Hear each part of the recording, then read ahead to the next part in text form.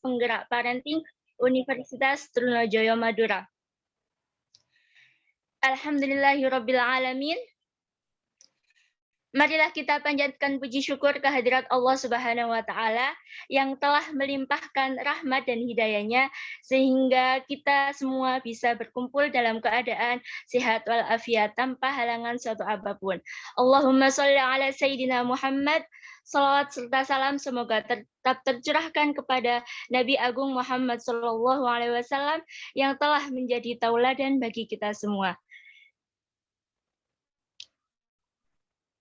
Baik Bapak, Ibu, pada pagi hari ini merupakan kegiatan pelatihan parenting program yang diselenggarakan oleh Lembaga Penelitian dan Pengabdian Masyarakat Universitas Trunojoyo Madura. Perkenalkan,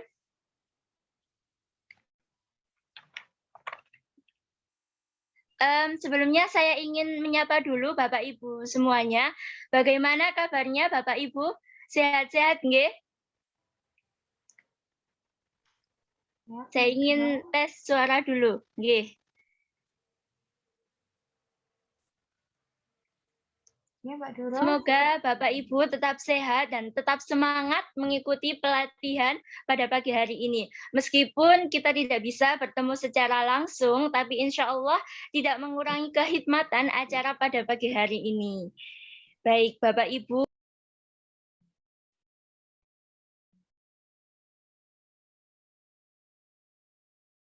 Mbak Doro, suaranya ke mute.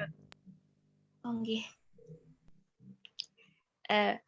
Baik, perkenalkan saya Dorotul Nasihah yang akan memandu pelatihan pada kesempatan pagi hari ini. Bapak Ibu yang saya hormati, topik kita pada pagi hari ini yaitu apa sih itu positif parenting? Penting nggak sih dalam pengasuhan? Penting nggak sih orang tua menerapkan parenting ini? Nah, pada kesempatan kali ini akan dibahas oleh pemateri kita, Ibu Dinda Rizky Tiara.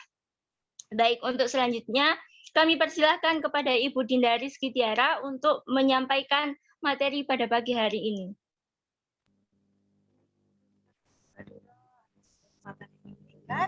Ya, sebelumnya saya ucapkan Assalamualaikum warahmatullahi wabarakatuh. Selamat pagi seluruh peserta pelatihan penelitian kelas penerapan mindful parenting baik dari Universitas Trunojoyo Madura maupun SMA DT 10 dan juga SMP Nurul Amanah Tanah Merah. Baik, sebelumnya perkenalkan saya Dinda Rizky Tiara, salah satu tim dari peneliti kelas penggerak mindful parenting yang akan kita lakukan beberapa hari ke depan.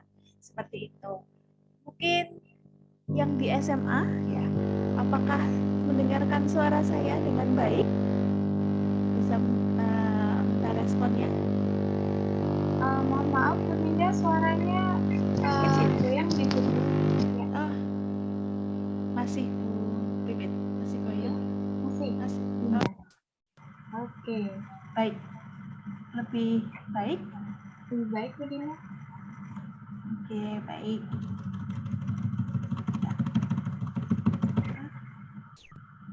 Ya, sudah Bu? Sudah, Bu Dinda. Oke. Ya, saya mau dengar dulu nih sebelumnya mulai SMA Mutiara DT. Ada di sana? Iya, siap kami. Oke, siap. Ya, terima kasih. Mungkin dari SMP Nurul Amanah sudah hadir? Ada yang mewakili?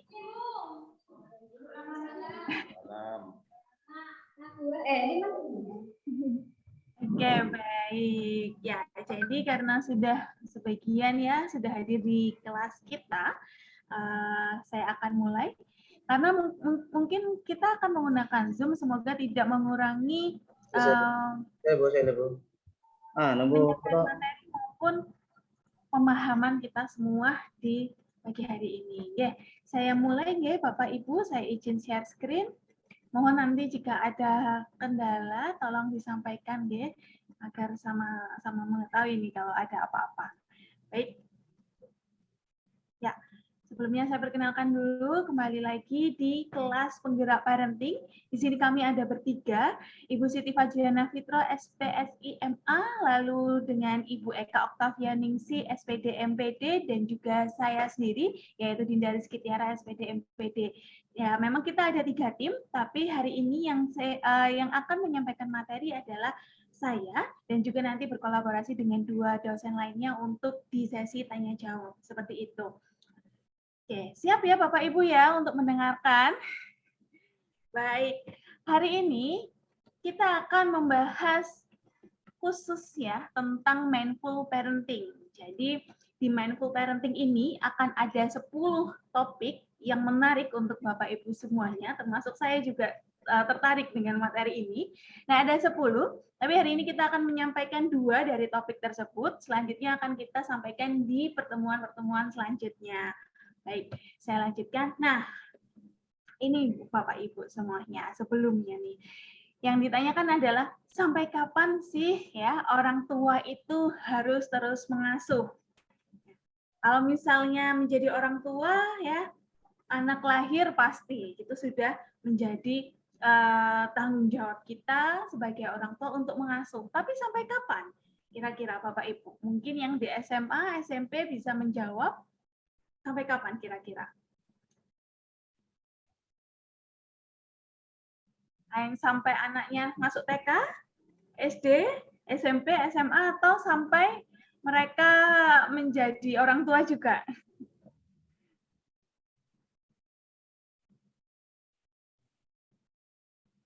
Ya, mungkin pastinya kita menjadi orang tua sampai anak kita sepertinya tidak mungkin ya kita bisa melepas anak kita meskipun mereka sendiri sudah menjadi orang tua. Kita akan selalu menginginkan atau ada rasa untuk tetap memberikan masukan seperti ya mendidik, mengarahkan dan sebagainya. Dan yang perlu diingat bahwa mungkin kita sebagai orang tua juga tidak bisa melepas. Mungkin ketika SMP sudah terlihat dewasa, sehingga kita mengurangi gitu ya intensitas kita dalam mengasuh.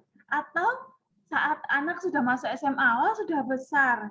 Nah, tapi ternyata Bapak Ibu, selama kita masih menjadi orang tua, selama itulah kita memiliki tanggung jawab untuk mengasuh, lalu memberikan pengarahan dan juga mendidik anak-anak kita. Seperti itu, saya lanjutkan. Nah, ada pun beberapa pembahasan hari ini. Yang pertama, tentunya tentang definisi mindful parenting. Apa sih mindful parenting itu?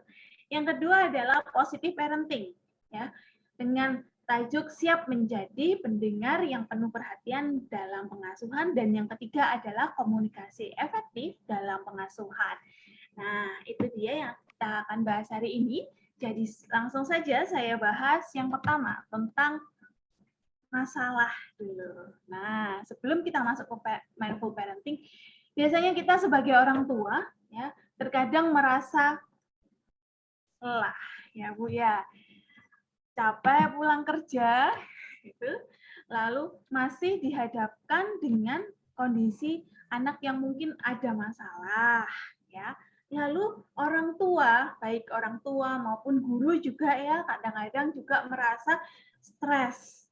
Banyak sekali mungkin kalau jadi guru banyak sekali murid-murid yang bercerita, mengadu begitu ya kepada guru-gurunya. Begitu pula orang tua di rumah ketika sudah pulang bekerja harapannya bisa lega begitu. Tapi ternyata kita mendengar mungkin ya beberapa permasalahan dari anak-anak kita. Nah, salah satu permasalahan yang paling sering ditemukan adalah stres. Ya, orang tua merasa over limit gitu ya, pikirannya terlalu banyak yang pekerjaan, yang anak, yang belum rumah, baik bapak maupun ibu. Karena orang tua ini kan bapak dan ibu ya. Ibu diceritakan oleh anak ya, ibunya bercerita ke ayahnya, sehingga semuanya berpikir tanpa ada hal yang bisa diberikan atau solusi yang sesuai, sehingga akhirnya jadi stres. Selanjutnya yang kedua, penyesalan orang tua. Penyesalan terhadap apa sih? Nah, ini biasanya ibu-ibu, bapak-bapak, dan guru mungkin ya menyesal setelah melakukan A.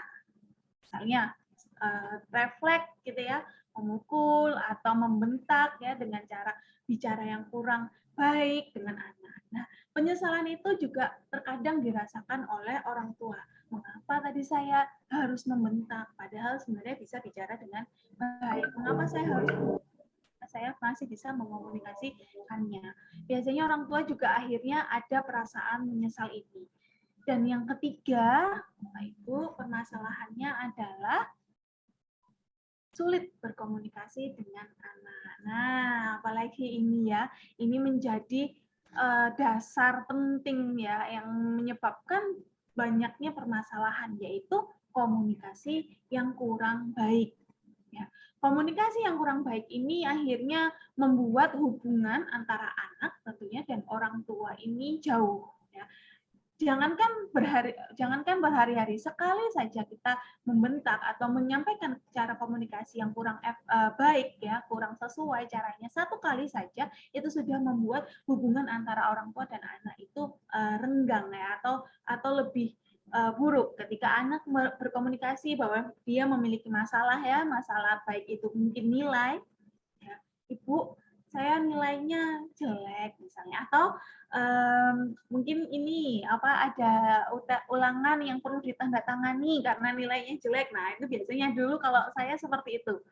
Nah, ketika itu kita sudah lelah sebagai orang tua bekerja, diminta tanda tangan, mungkin kita tahu nilainya anak-anak jelek ya, atau dia punya masalah dengan temannya, atau membuat masalah dengan tetangga misalnya. Nah, itu akhirnya kita tidak bisa berkomunikasi dan refleks dengan menyampaikan hal-hal yang kurang baik. Nah, kalau biasanya saya selalu merefleksikan ini dengan apa yang orang tua saya lakukan dengan saya, gitu ya, mengingat kembali ketika materi yang pertama, gitu ya, Bu Pipit menyampaikan kemarin, saya merefleksikan, iya, ternyata betul sekali bahwa ketika satu kali saja, begitu ya, waktu itu pernah, dan itu menjadi ingat ya, saya mengingat terus begitu kebetulan, jadinya ingat-ingat terus pernah terjadi itu. Nah, yang baik-baik lainnya sedikit terlupakan, padahal hanya satu kali saja seingat saya, yang lainnya tidak pernah ada lagi saya ingatnya. Itu saja sudah menjadi ingatan yang melekat, padahal ingatan itu hanya satu dan ya negatif begitu. Nah, dari ini maka bagaimana sih sebagai orang tua maupun guru bisa melakukan ya parenting dengan baik. Kenapa guru? Karena guru ini juga adalah orang tua selama siswa-siswa di sekolah, begitu ya. Terlebih lagi jika ada pondoknya, maka guru inilah yang mengambil alih peran sebagai orang tua, sehingga yang harus mengetahui tentang mindful parenting bukan hanya orang tua, tapi juga guru. Terlebih lagi guru yang mungkin berada pada kawasan pondok seperti itu. Nah, bagaimana kita menyelesaikan permasalahan ini? Inilah yang akan kita bahas dan kita temukan dalam mindful parenting.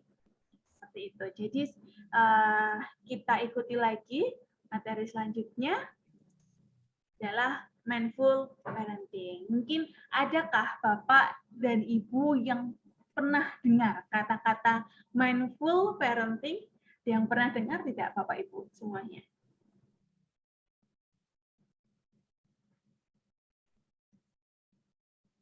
Oke, mungkin baru pertama ini ya mendengar kata-kata mindful. Ya, mindful itu biasanya di ranah-ranah meditasi, di ranah-ranah psikologi, begitu. Tapi sekarang sudah diimplementasikan di ranah parenting, khususnya nanti juga di pendidikan. Mindful parenting itu apa sih, Bu? Ya, mindful parenting. Sebelum ke mindful parenting, saya akan membahas tentang parentingnya dulu.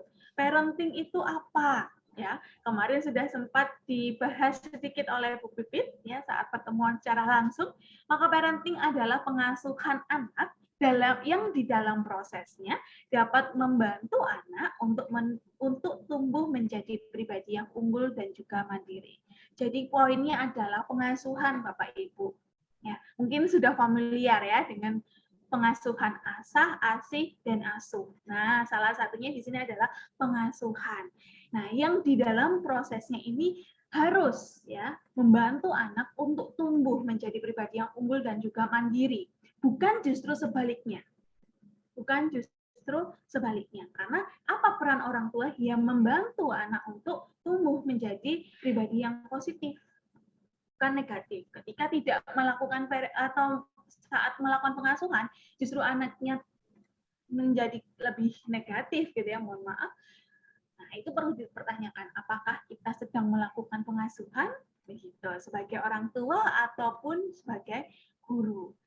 Nah, tadi ada kata-kata mindful parenting. Kalau kita sudah tahu makna dari parenting adalah pengasuhan, maka selanjutnya adalah mindful parenting. Ya, mindful parenting adalah konsep dalam pengasuhan yang menekankan pada proses mengasuh dengan penuh kesadaran, atau kalau di bahasa Jawanya gitu ya, eling. Nah, ini kalau di masa Banduranya sadar itu apa nggih Bapak Ibu? Ada yang tahu nggak? Sadar itu bahasa Maduranya apa sih? Sadar, ingat gitu. Ada yang bisa menyampaikan? Apa bahasa Maduranya sadar? Jadi saat kita melakukan pengasuhan, kita itu harus sadar. Sadar ya. Sadar terhadap apa sih Bu Dinda? Ya, panggilnya ya Dinda saja ya. Sadar terhadap perilaku. Yang pertama. Yang kedua adalah terhadap sikap. Dan yang ketiga adalah sadar terhadap ucapan. Jadi ada 3 yang perlu kita sadari di dalam pengasuhan. Perilaku, sikap, dan ucapan. 3 hal ini Bapak Ibu yang perlu kita pahami dan kita sadari. Jadi sebelum sadar, pasti kita harus paham dulu perilaku mana yang baik, sikap mana yang baik, ucapan mana yang baik, atau yang negatif juga kita harus tahu. Sehingga kita betul-betul sadar. Kalau kita tidak tahu, maka tidak mungkin kita akan sadar. Jika kita salah nih melakukan kegiatan, pasti kita menyadarinya ketika kita sudah tahu mana yang baik, mana yang benar, dan mana yang kurang tepat. Nah, sikap, ucapan, dan perilakunya siapa yang perlu disadari di mindful parenting ini? Tentunya kedua belah pihak, orang tua maupun anak. Orang tua harus menyadari sikap, ucapan, dan juga perilaku yang dikeluarkan. Sikapnya seperti apa kepada anaknya, ya, sayang atau acuh tak acuh, ya, atau kita berusaha semaksimal mungkin untuk mendengarkan, misalnya. Yang selanjutnya ada ucapan. Kalau kita tahu ya di Islam ucapan adalah doa. Nah, ketika kita mengetahui ucapan kita ya ternyata itu kurang baik, maka sebenarnya kita juga secara tidak langsung gitu ya berharap yang kurang baik juga ke anak-anak kita. Maka ucapan yang kita sampaikan adalah sebisa mungkin ya adalah ucapan yang baik. Dan yang ketiga adalah perilaku. Tadi kalau sikap ya, dan ini adalah perilaku yang langsung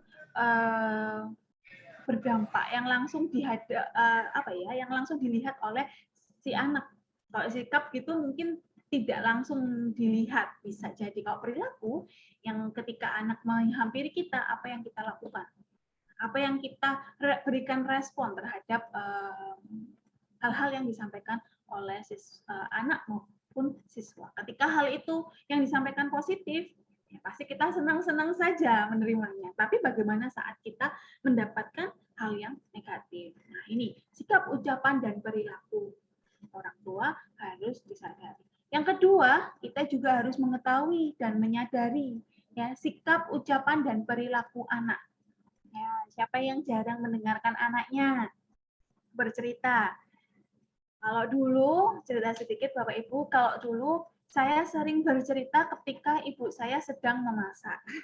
Karena saat itulah ibu saya punya waktu. Kebetulan ibu saya bekerja, ayah saya juga bekerja. Jadi ketika memasak itulah ibu saya pasti ada di rumah. Karena setelah masak saya tidak tahu habis ini ibu saya pergi kemana. Jadi saya bisa mengetahui, oh saat inilah ibu saya ada di rumah dan saya menyampaikan. Ada satu hal Bapak Ibu yang sampai saat ini saya ingat, waktu saya masih SD kebetulan, saya bercerita kepada ibu saya bahwa saya tadi lihat buku waktu saya ujian. Ini negatif ya Ibu, tapi jangan ditiru, tapi ini dilihat positifnya. Dan apa yang disampaikan oleh orang tua saya itu membuat saya tidak pernah melihat buku. Saya hanya satu kali saja, itu pun salah karena saya ketakutan. Tapi saya ingat bahwa jawaban itu ada di buku saya. Tapi saya tidak selesai mengerjakannya. Waktu itu matematika. Akhirnya saya lihat sekilas dan menuliskan. Tapi rasa takut itu selalu menghantui saya. Akhirnya saya bercerita kepada ibu saya karena ayah saya bekerja lebih lama begitu ya, tidak ada waktu di rumah. Bercerita, panggilannya mama waktu itu, Ma, tadi aku lihat buku waktu ujian, tapi salah karena aku ketakutan waktu itu. Tapi salah kok. Yang disampaikan oleh ibu saya waktu itu, saya khawatir marah, ya. Saya khawatir marah sebagai anak pasti mengapa. Tapi rasa ingin bercerita itu selalu menghantui sehingga ya sudahlah, saya cerita saja karena saya ingin tahu nih ya bagaimana tanggapan orang tua saya juga. Ternyata ibu saya waktu itu mengatakan, sekarang yang dirasakan apa? Takut. Kenapa? Iya, salah. Salahnya yang mana? Salahnya karena melihat buku. Ya, sudah tahu kan itu salah. Kamu juga lihatnya karena takut, malah juga salah. Jadi nggak ada gunanya kamu melakukan hal tersebut. Kamu lihat itu nggak ada gunanya. Kerjakan apa? Kerjakan saja apa adanya. Nanti gurumu juga akan merespon dari nilaimu tersebut. Jadi nggak usah khawatir jika memang kamu kekurangan waktu. Dari situ saya menyadari bahwa ya udah salah, saya ketakutan, saya rugi banyak. Dari satu kegiatan yang tidak menguntungkan ternyata, saya rugi banyak. Dan akhirnya saya dari detik itu, saya sekali saja, sampai saat ini saya tidak pernah ujian melihat buku. Nah, ini mungkin kalau sebagai guru ya, di sekolahan atau saat saya sekarang nih, saya jadi dosen melihat mahasiswa saya kadang-kadang ada yang gusah-gusah gitu ya, waktu ujian tuh saya kayak seperti ingin mengatakan apa yang saya disampaikan oleh orang tua saya. Nggak usah khawatir, karena hal itu juga menjadi koreksi bagi diri kita dan juga guru di sekolah. Mungkin apakah waktunya yang kurang, atau terlalu sulit, atau saat menyampaikannya kurang jelas. Seperti itu. Nah, itu Bapak Ibu guru. Jadi kita menyadari nih apa yang diucapkan oleh anak-anak kita. Rasa takutnya, misalnya kalau waktu itu saya rasanya takut, sungguh-sungguh waktu itu takutnya sampai kalau misalnya agak gemeter gitu ya waktu pulang karena kepikiran. Karena saya tahu hal itu salah. Tapi kalau kita tidak tahu kalau anak itu merasa salah, maka mungkin kita akan merespon yang berbeda. Saat kita tidak tahu dia merasa takut atau merasa bersalah dan sebagainya, maka mungkin juga kita akan merespon dengan cara yang berbeda. Inilah pentingnya kita menyadari bagaimana kondisi anak saat kita yang kita hadapi saat itu. Jadi tidak semena-mena kita merespon dengan dengan sambil lalu gitu ya, sambil kebetulan ya memang waktu itu ibu saya sedang masak gitu ya, tapi berhenti sebentar dan bicara dengan baik. Tapi selanjutnya tidak membahas itu lagi Bapak Ibu. Selanjutnya melakukan kegiatan seperti biasa. Artinya saya sudah menyadari bahwa itu salah begitu ya. Dan baiknya seperti apa, maka tidak diungkit kembali. Dan ya saya membantu melanjutkan memasak dan sebagainya. Nah, itu mungkin yang saya bisa sampaikan cerita di sini bagaimana kita harus sama-sama menyadari kondisi kedua belah pihak, orang tua maupun anak. Nah, Bu, ini kok sepertinya menjadi orang tua yang perfect gitu ya, luar biasa kalau kita bisa sadar sikap, ucapan, dan perilaku tidak harus. Memang semua itu ada ada naik turunnya. Nah, nanti kita akan bahas bagaimana ketika kita merasa itu menyesal, ketika mengatakan hal yang kurang baik atau berperilaku yang kurang baik. Nanti kita akan bahas itu di pertemuan selanjutnya tentang hal-hal yang berkaitan dengan parenting. Baik, saya lanjutkan dulu. Nah, mindful parenting ya. Tadi kok sudah jelas ya, harus sadar terhadap apa sikap, perilaku, dan ucapan. Maka sebetulnya mindful parenting ini kalau kita artikan ada tiga.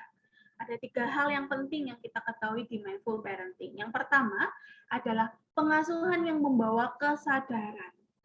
Kesadaran perhatian orang tua pada hal yang terjadi, ya, daripada sekadar menuruti emosi. Ya. Apa nih yang terjadi? Kalau tadi contohnya, ibu saya menyadari bahwa saya melakukan kesalahan. Daripada sekedar emosi, gitu ya, akhirnya lebih, oh dia melakukan hal ini. Daripada tiba-tiba langsung marah. Kamu ngapain sih? Misalnya.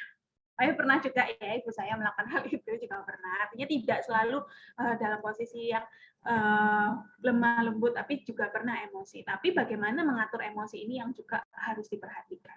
Yang kedua adalah pengasuhan yang melepaskan rasa bersalah dan malu tentang masa lalu dan fokus pada saat ini. Nah itu, pengasuhan yang melepaskan rasa bersalah. Bersalah siapa? Orang tua. Malunya siapa? Orang tua di masa lalu. Misalnya ada hal yang kurang sesuai, misalnya tahu anak kita nilainya di peringkat ke-20 misalnya. Saya pernah kok Bu, berada di posisi 20 bahkan waktu itu. Tapi bagaimana meresponnya? Nah itu, melepaskan rasa bersalah dan malu tentang masa lalu dan fokus pada saat ini. Apa yang harus dilakukan ketika mungkin mengetahui anak kita berada pada peringkat 20 misalnya, atau berada pada kelas yang kalau dulu saya di kurang bagus sebenarnya, dibedakan antara kelas yang pintar-pintar dan yang di bawahnya. Dulu saya di tempat yang pintar-pintar, terus habis itu pernah bergeser di bawahnya. Dan bagaimana akhirnya fokus saat saya ada di kelas yang lain, yang di bawah bisa bagus lagi. Nah itu daripada sekedar merasa bersalah dan malu terhadap anak kita sendiri atau murid-murid kita sendiri. Dan yang ketiga adalah pengasuhan yang menerima apa yang sedang terjadi daripada berusaha mengubahnya. Nah kadang-kadang ada satu keadaan yang membuat kita ya sudah menerima saja daripada kita berusaha sekuat mungkin untuk mengubahnya atau mengabaikannya, karena itu jauh lebih susah. Ya. Berusaha mengubah kalau ternyata nggak bisa itu jauh lebih menyakitkan. Ya. Kadang tapi ada hal memang terkadang kita perlu berusaha untuk mengubahnya. Ya. Nah, jadi ada 3 poin penting ini. Sadar pada hal yang terjadi, melepaskan rasa bersalah dan rasa malu di masa lalu, ya. Dan yang ketiga adalah menerima apa yang terjadi. 3 poin tersebut, Bapak Ibu. Saya lanjutkan dulu. Nah, ini dia. Mindful parenting. Jadi tidak hanya berpikir tentang anak, ya, tapi juga orang tuanya.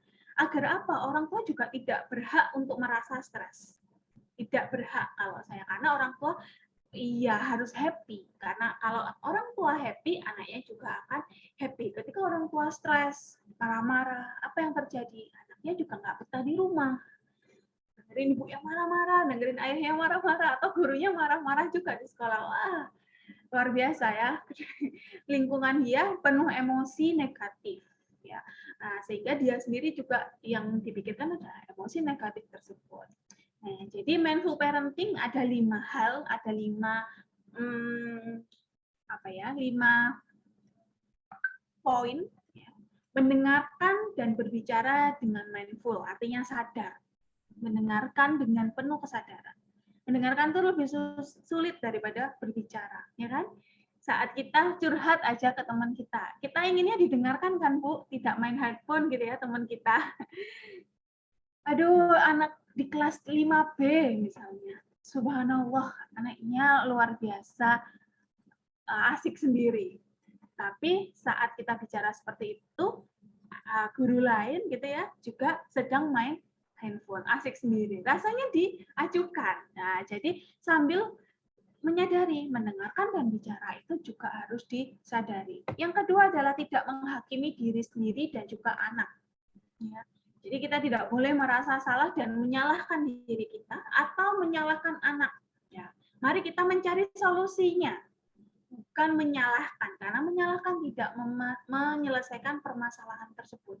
Gimana ini? Maunya seperti apa? Ya. Apalagi SMA mau masuk ke kuliah gitu ya. Mau kuliah di mana? Kok nilaimu sekian misalnya? atau SMP mau masuk ke SMA, mau sekolahnya yang bagus misalnya. Bersama-sama mencari sekolah yang bagus. Gimana caranya bisa masuk ke sekolah yang bagus tersebut? Adik harus apa? Kakak harus apa? Belajar. Oke, belajarnya butuh apa? Nah, seperti itu. Ya, Bapak Ibu yang perlu diperhatikan, mendukung untuk mencapai. Ini juga akan sangat berpengaruh di sekolah, ya kan? Kalau misalnya sekolah menemukan cara yang tepat untuk masalah tersebut, salah satunya untuk masuk ke sekolah selanjutnya yang bagus, dan kan juga akan mempengaruhi nama sekolah, ya. Yang ketiga, kesadaran emosional diri sendiri dan juga anak. Jadi kita harus sadar, wah saat inilah saya sedang emosi. Saya harus apa? Kalau di Islam harus apa tuh? Duduk gitu ya. Tidak tahu ambil wudhu ya untuk emosinya reda. Nah, kita bisa mengambil hal-hal tersebut dari Islam juga. Jadi tidak semuanya ini akhirnya ke penelitian saintifik dan sebagainya. Tapi Islam menyediakan hal tersebut juga. Selanjutnya, pengaturan diri dalam hubungan parenting antara anak dengan orang tua, antara orang tua dengan anak, ya. Karena ada dua hubungan ya, nggak cuma satu, tapi dua, orang tua anak, anak orang tua, maupun di sekolah, anak dengan guru atau guru dengan anak. Dan yang terakhir, welas asih, ya, untuk diri sendiri dan juga anak. Nah, welas asih ini yang kadang-kadang orang tua bingung. Saya sedang lelah, tapi saya harus menyelesaikan kegiatan ini. Misalnya, apa yang perlu dilakukan? Mungkin kita bisa minta bantuan kepada anak kita juga. Dok, Le, bisa nggak minta tolong ini? Bukan berarti memberikan welas asih pada anak ini akhirnya membiarkan mereka berleha-leha. Padahal nanti ke depannya mereka tidak bisa berleha-leha, artinya apa? Mereka harus berjuang untuk hidup. Pasti kan kita tahu sebagai orang tua kita sudah menyadari sulitnya hidup.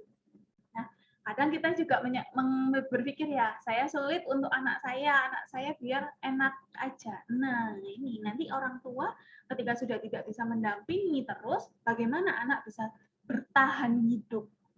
Yang biasanya dulu dari kecil saya selalu disampaikan sama orang tua saya, khususnya sama ayah saya, tidak enak kerja dengan orang itu. Kamu harus melakukan banyak hal. Mau yang mana? Misalnya, kamu nggak bisa seenaknya, ya. Meskipun sekarang dibantu nih sama mama, sama ibu, gitu ya. Tapi kamu juga harus tahu caranya nyapu. Kamu harus tahu caranya ngepel. Nanti kalau ibu pergi, rumahnya kotor, nggak ada yang nyapu kalau kamu nggak bisa nyapu. Cuci piring bahkan. Ya, saya dilatih untuk melakukan hal tersebut dari kecil hingga saat ini. Meskipun sudah ada yang bekerja di rumah, saya tetap mengambil alih apa yang menjadi tugas pribadi saya. Karena sudah terbiasa. Meskipun mungkin orang tua masih bisa mendampingi terus ya, mungkin ada orang mengganti yang mendampingi di rumah. Tapi tetap mana yang porsi saya? Ini bekas makan saya, ya saya yang harus mencuci, bukan orang tua saya, bukan orang lain. Nah, ini akhirnya menyeimbangkan tugas antara orang tua dengan anak. Orang tua bisa mendukung dan anak bisa mendukung juga. Itu enak sekali Bapak Ibu jika kita benar-benar sudah bisa membagi tugas. Ini kamu ya, tanggung jawab anak hingga saat dia dewasa itu sangat berpengaruh. Dia akan tahu porsi kerjaannya dia yang mana. Seperti itu. Ini sekaligus refleksi mungkin sebagai anak ya, kita dulu diajarinnya mana sih kok bisa jadi seperti ini misalnya. Itu yang saya selalu pikirkan gitu ya ketika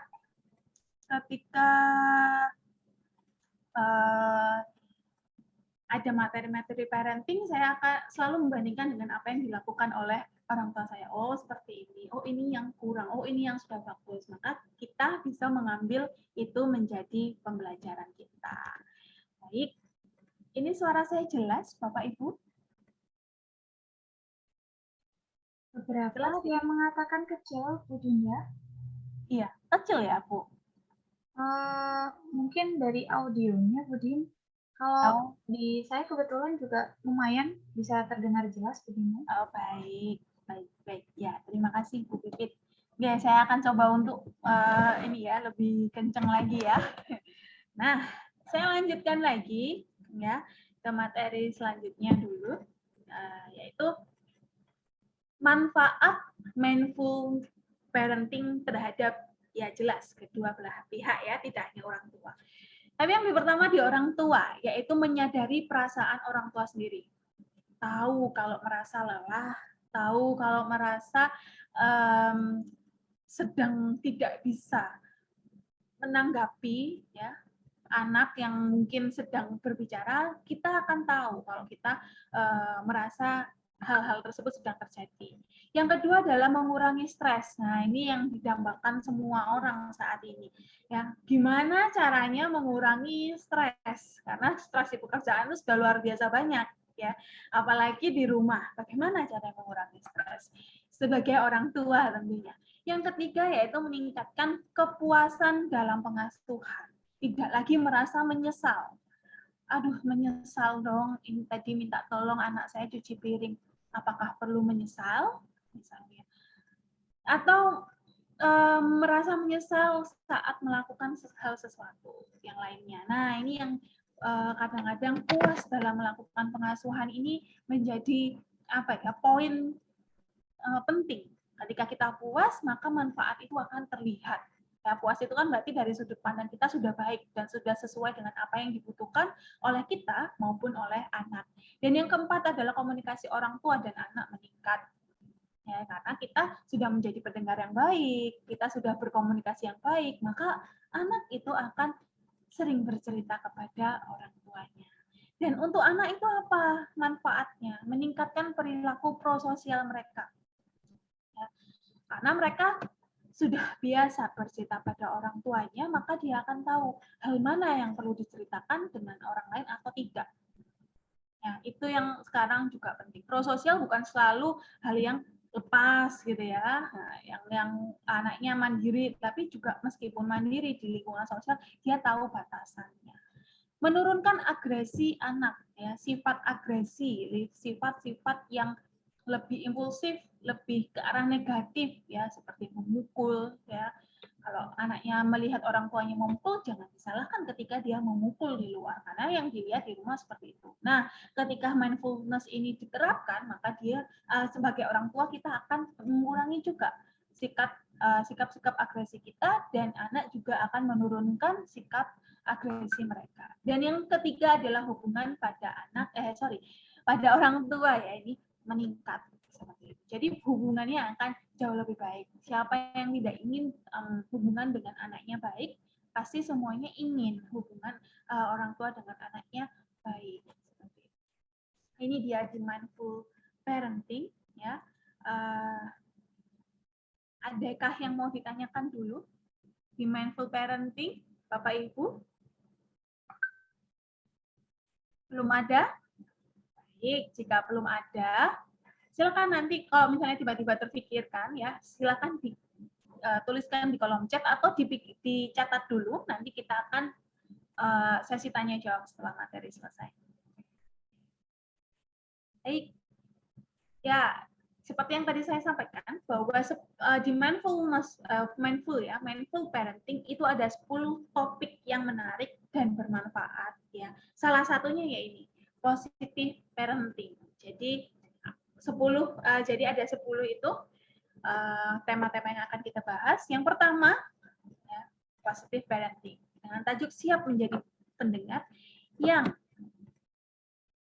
penuh perhatian dalam pengasuhan. Nah, ini penting, mendengar yang perhatian. Ya, tadi contohnya kalau kita mau cerita, teman kita melihat HP aja, ya males lah akhirnya bercerita, ya. Nah, ini bagaimana dengan orang tua? Positive parenting adalah pengasuhan yang dilakukan secara suportif. Ya. Apa suportif? Yaitu perilaku yang mendukung perkembangan anak. Lalu konstruktif, ya, menghindari kekerasan dan juga dilakukan dengan cara menyenangkan. Suportif, konstruktif, dan juga menyenangkan. Itu adalah pengasuhan positif. Jadi 3 kata kuncinya. Mendukung, menghindari kekerasan, dan menyenangkan untuk kedua belah pihak, anak maupun orang tua. Kita nggak bisa menyenangkan anak saja, tapi kita tidak senang. Kita nelangsa gitu, ya Allah, misalnya anak saya kok tidur terus di rumah, misalnya rebahan, apalagi sekarang mungkin nggak di Madura sudah mulai ini ya, mulai masuk ya. Di kampus masih belum masuknya. Sehingga lihat anaknya rebahan, terus misalnya kuliah lihatnya HP, terus nggak kuliah, nggak waktu saat kuliah atau tidak kuliah yang dilihat adalah HP, terus komunikasinya dengan orang luar, terus kadang kita iri ya Bapak Ibu berkomunikasi dengan anak kita. Ya, orang tua saya saja, ibu saya kebetulan di luar kota gitu ya, tidak satu kota. Kadang Din sibuk sekali, nggak pernah WA. Iya, langsung telepon. Karena kalau sudah di reminder seperti itu, kayak orang tua saya juga ingin mendengarkan cerita dari saya. Pasti orang tua ingin mendengarkan cerita dari anak-anaknya. Selanjutnya, kapan sih kita dikatakan melakukan positive parenting? Positive parenting itu kapan? Ada 3 waktu, Bapak Ibu, yaitu saat pengasuhan yang kita lakukan itu didasari oleh perasaan dan perilaku yang diliputi kasih sayang, perhatian, ya, peka. Ya. Peka ini yang kadang-kadang mungkin orang tua juga dengar, kamu nggak peka sih, mama nggak peka sih, ibu nggak peka, nggak paham, tidak menyadari. Saling menghargai, membangun hubungan yang hangat, saling membangun dan mendukung tumbuh kembang anak. Jadi pengasuhan yang didasari oleh perasaan dan perilaku tersebut itulah positive parenting. Selanjutnya kapan lagi selain kita sudah melakukan pengasuhan dengan kasih sayang dan sebagainya, saat pengasuhan itu mengutamakan penghargaan dan pemenuhan serta perlindungan hak anak. Memberikan penghargaan pada anak itu penting. Reward. Tapi reward seperti apa itu yang perlu diperhatikan. Ya Bapak Ibu. Reward yang seperti apa itulah yang perlu kita perhatikan. Apakah selalu memanjakan? Ya, bolehlah sekali-sekali makan di luar gitu ya. Bolehlah sekali-sekali beli alat tulis yang dia inginkan. Kalau dulu kalau nilainya bagus gitu ya, alat tulisnya kamu mau yang mana, suruh pilih. Kalau sekarang mungkin jarang nulis ya, karena by handphone gitu ya, atau by laptop. Mungkin hal-hal reward atau penghargaan lainnya. Atau penghargaan ini juga bisa berupa kesempatan yang diberikan. Kesempatan apa? Pemilihan kegiatan. Kalau saya dulu selalu ditanyakan, habis ujian, kalau ujiannya bagus, mau ikut les apa? Ya, orang tua saya mengarahkan mau les apa gitu ya, bukan mau liburan kemana, mau les apa? Misalnya, les berenang boleh, misalnya, les bahasa Inggris boleh, misalnya. Karena di situ ada reward, tapi rewardnya bermanfaat, Bapak Ibu, yang membuat kita semangat lagi. Kalau masih kecil mungkin alat tulis yang lucu-lucu itu membuat kita senang belajar ya. Kalau di anak-anak saat ini mungkin lebih ke kegiatan ya, kegiatan mengikuti organisasi misalnya. Kalau nilaimu bagus boleh ikut organisasi yang lain. Pemenuhan dan perlindungan hak anak juga perlu diperhatikan. Bagaimana kita sebagai orang tua memenuhi hak-hak mereka? Hak-hak apa? Belajar, ya, kesempatan untuk mengekspresikan diri, untuk berbagi, ya, dia juga sudah menerima, tapi juga pasti akan ingin berbagi apapun pada orang tuanya, misalnya, dan mungkin asupan gizi yang juga cukup baik, ya, sebagai pemenuhan dan perlindungan pada hak-hak anak. Selanjutnya, pengasuhan yang selalu mengupayakan pelayanan dalam memberikan lingkungan yang sehat. Nah, ini bersahabat dan ramah sehingga anak dapat tumbuh. Nah, memberikan lingkungan yang sehat inilah Bapak Ibu yang mungkin menjadi PR besar bagi setiap orang tua. Apalagi saat ini anak-anak ya sekolahnya pakai gawai, pakai HP. Ya, pakai HP, pakai laptop, kita tidak bisa memantau 100% ya. Mungkin memang ada aplikasi-aplikasi pemantau, tapi kita juga bekerja. Bagaimana kita bisa memberikan lingkungan yang sehat Ya, karena mereka berinteraksinya saat ini sudah menggunakan handphone semuanya, HP semua. Tapi lingkungan fisik lainnya, tetangga.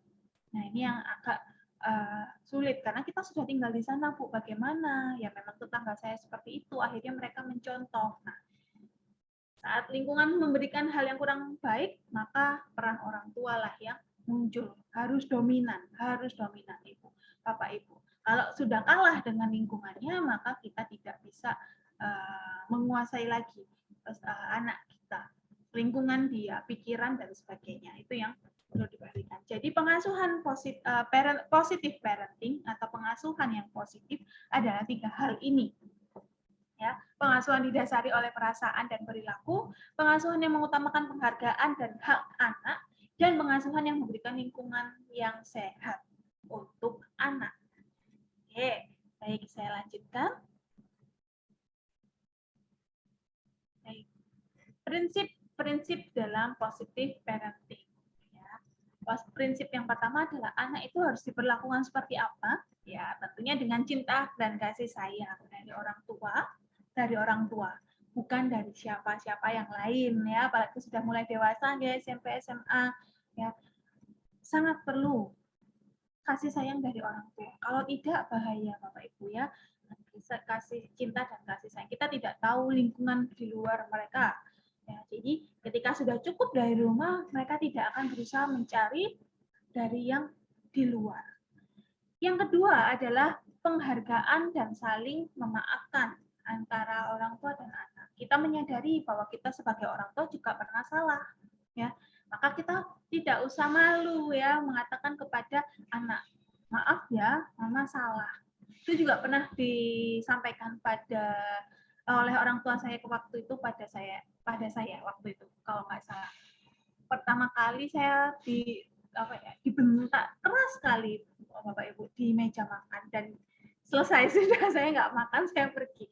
Tapi setelah itu saling memaafkan. Orang tua saya mengatakan maaf dan saya juga harus memaafkan. Begitu pula dengan orang tua, ketika anak melakukan kesalahan ya dimaafkan begitu. Dan bagaimana cara menyelesaikan permasalahan tersebut itu yang dibutuhkan. Yang ketiga, tidak menyamakan atau membeda-bedakan. Menyamakan itu tidak baik, membeda-bedakan itu juga tidak baik. Jadi gimana? Netral ya, sesuai dengan kondisi masing-masing. Tidak menyamakan anak tersebut dengan anak yang ke satu ya, adiknya, kakaknya, keponakannya gitu ya, ponakan ibu, bapak semuanya, atau dengan teman-temannya, tidak menyamakan.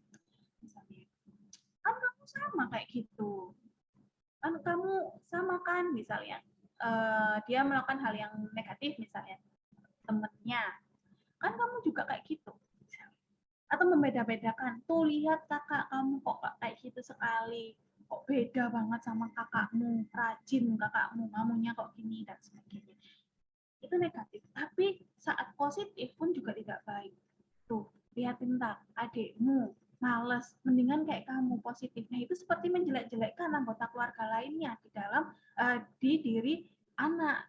Dan akhirnya dia juga menjadikan yang tergambar adalah sikap negatif dari anak yang lain yang sedang dinegatifkan tersebut. Nah, itu juga tidak baik. Jadi harus netral, positif dan negatif, tidak menjelek-jelekkan, tidak membangga-banggakan ya. Saya kembar Bapak Ibu. Saya punya kembaran. Tapi yang disampaikan ya, yang selalu disampaikan sama orang tua saya adalah sebisa mungkin saya punya pengalaman yang bukan selalu sama, atau kesempatan yang sama. Seperti itu, kesempatan yang sama. Jadi selalu ditawarkan. Kebetulan saudara saya namanya Ajeng ya. Ajeng, ini si Dinda mau les bahasa Inggris. Kamu mau atau tidak? Enggak, beneran kamu nggak mau? Beneran nggak mau? Beneran. Ya sudah, jangan marah ya. Nanti kalau si Dinda bisa bahasa Inggris, kamu nggak pintar-pintar sekali, misalnya. Ya, tidak berusaha untuk menyamakan kegiatan kami. Padahal kami kembar, gitu ya. Hanya memberikan kesempatan, ini ada hal ini, mau atau tidak. Dua-duanya terserah kalian, seperti itu. tidak membedakan. Saya tidak pernah dibedakan oleh Ajeng, gitu ya. Ajeng juga tidak pernah dibedakan oleh saya, dan tidak pernah mengatakan itu kepada saya. Misalnya hal negatif dari Ajeng atau hal negatif dari saya dikatakan ke Ajeng. Seperti itu. Berusaha saja, tapi nanti kan yang menilai kan si anak, seperti itu. Nah, yang keempat adalah anak diperlakukan dengan bebas dari tindak kekerasan. Ini penting. Ketika dia mendapatkan tindak kekerasan di rumah, akan menimbulkan juga tindak kekerasan di luar rumah yang dilakukan oleh anak. Atau dia juga bisa mendapatkan tindak kekerasan dari luar karena dia mungkin merasa hal itu sudah biasa. Nah ini Bapak Ibu, dia sudah dapat dari rumah, dia akan dapat dari luar. Itu kan menyiksa, ya. Anak inginnya di rumah itu berlindung, ya, berlindung dari segala hal yang ada di luar sana. Tapi ketika dia di rumah mendapatkan kekerasan, mohon maaf, kekerasan fisik maupun kekerasan seksual mungkin, karena saat pandemi ini justru ternyata bukan merasa lebih aman di rumah. Beberapa penelitian menyatakan bahwa ketika di rumah kekerasan seksual itu jauh lebih besar saat pandemi. Itu kan betapa ironinya begitu ya. Saat harusnya anak itu di rumah itu aman, ternyata justru merasa tersiksa. Nah, ini yang perlu kita perhatikan. Nah, selanjutnya ya setelah anak harus melakukan dengan A, B, C, D nih, kasih sayang, penghargaan, tidak menyamakan, dan bebas dari kekerasan. Prinsip selanjutnya adalah menyediakan lingkungan yang sehat, aman, nyaman, bersahabat, dan menyenangkan bagi tumbuh kembang anak. Nah, salah satunya seperti gambar ya di sini, menyediakan kegiatan yang bisa dilakukan oleh keluarga. Kalau perempuan masak yuk, gitu ya. Kalau laki-laki, mas ayo benerin lampu yuk sambil ngobrol misalnya. Kadang-kadang kita bisa ngobrol saat kita sedang melakukan. Justru ketika diem-dieman gitu ya, sedang baca koran, Pak, saya mau ngobrol, itu malah jarang terjadi. Justru saat aktivitas bersama inilah terjadinya komunikasi yang luas ya. Cerita-cerita. Nah, cerita apa? Ya macam-macam ya. Kalau saya tadi ceritanya ya hal seperti itu gitu ya. Atau ketemu dengan teman dan sebagainya, ketemu dengan guru, bagaimana guru saya di sekolah. Saya sering bercerita saat ibu saya memasak ini gitu ya. Bukan saat ibu saya sedang layah-layah, justru lebih saat ibu saya sedang memasak. Karena saat itulah ibu saya ada di rumah begitu. Nah, mungkin ketika orang tua lebih banyak waktu, bisa saat orang tua bersantai itu lebih intens begitu ya. Selanjutnya, di mana dan siapa yang harus terlibat dalam positive parenting? Tentunya anak kita itu kan hidup di 3 lingkungan, yaitu lingkungan rumah, lingkungan sekolah, dan lingkungan masyarakat.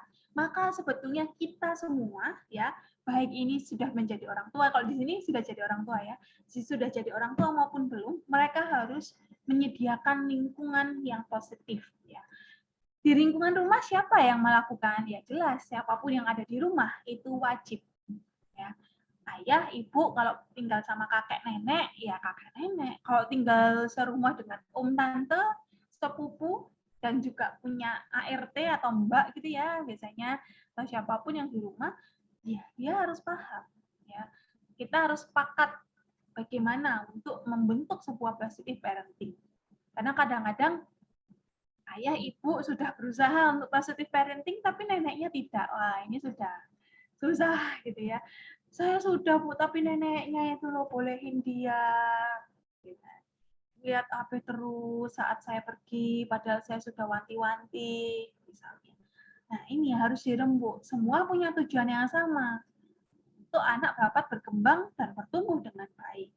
Nah, lingkungan sekolah, Bapak Ibu, guru, kepala sekolah, bahkan pihak administrator ya, atau admin atau TU gitu ya kalau di sekolah, dan warga sekolah, sampai mungkin kalau ada yang bersih-bersih di sekolah, wajib membuat lingkungan itu menjadi positif ya.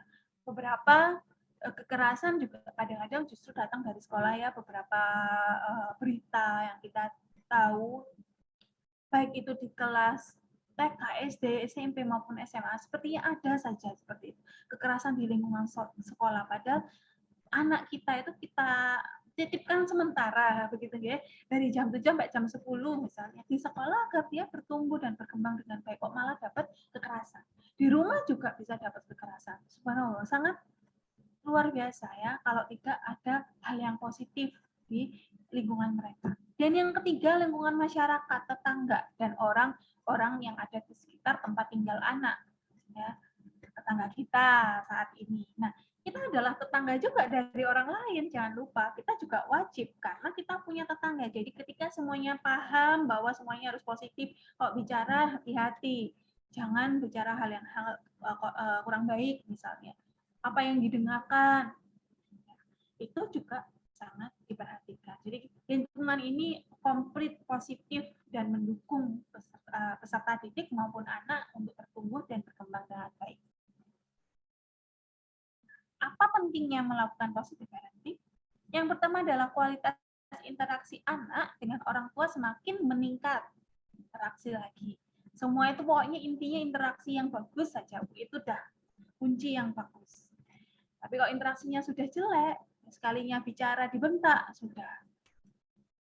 Perlu dihentikan cara-cara yang seperti tersebut. Yang kedua, semakin optimal tumbuh kembang anak.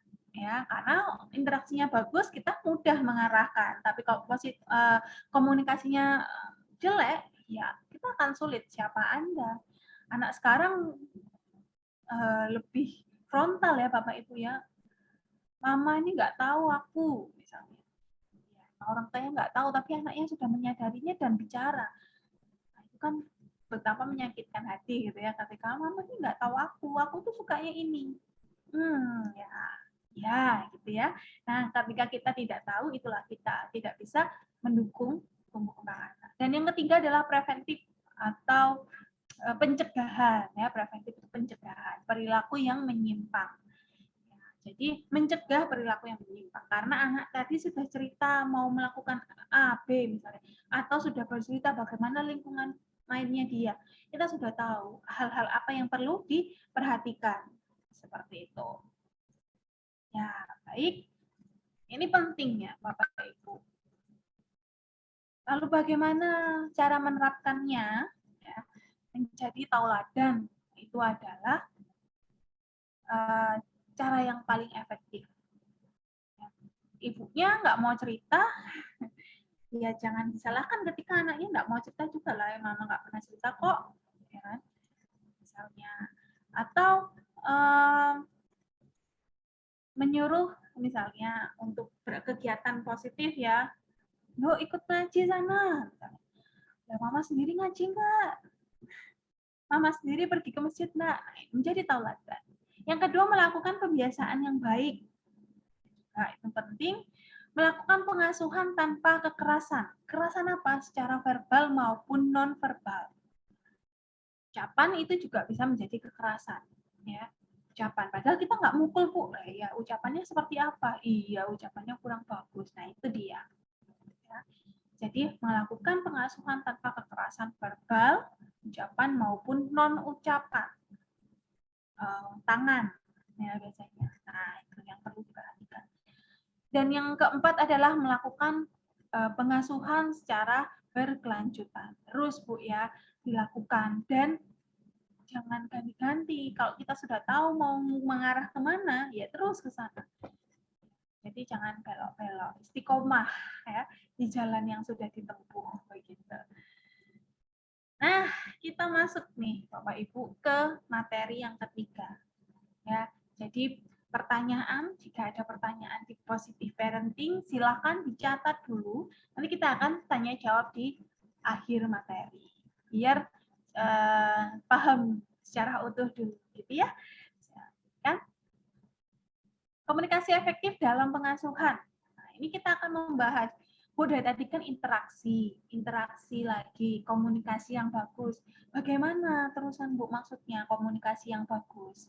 Ini dia, komunikasi yang efektif untuk di dalam pengasuhan. Komunikasi efektif adalah ya, cara yang dilakukan oleh orang tua untuk memberikan arahan ataupun menyampaikan sebuah gagasan dalam bentuk pesan dalam suasana yang nyaman agar dapat dipahami dengan baik oleh orang tua. Jadi kita harus menyampaikan hal tersebut, pikiran kita, loh Dek nggak apa-apa tak melakukan hal tersebut misalnya. Loh Dek nggak apa-apa tak di sekolahnya melakukan ikut kegiatan ini sama gurunya. Boleh kok? Oh ya sudah. Hal-hal yang membingungkan disampaikan saja Bapak Ibu ke anak.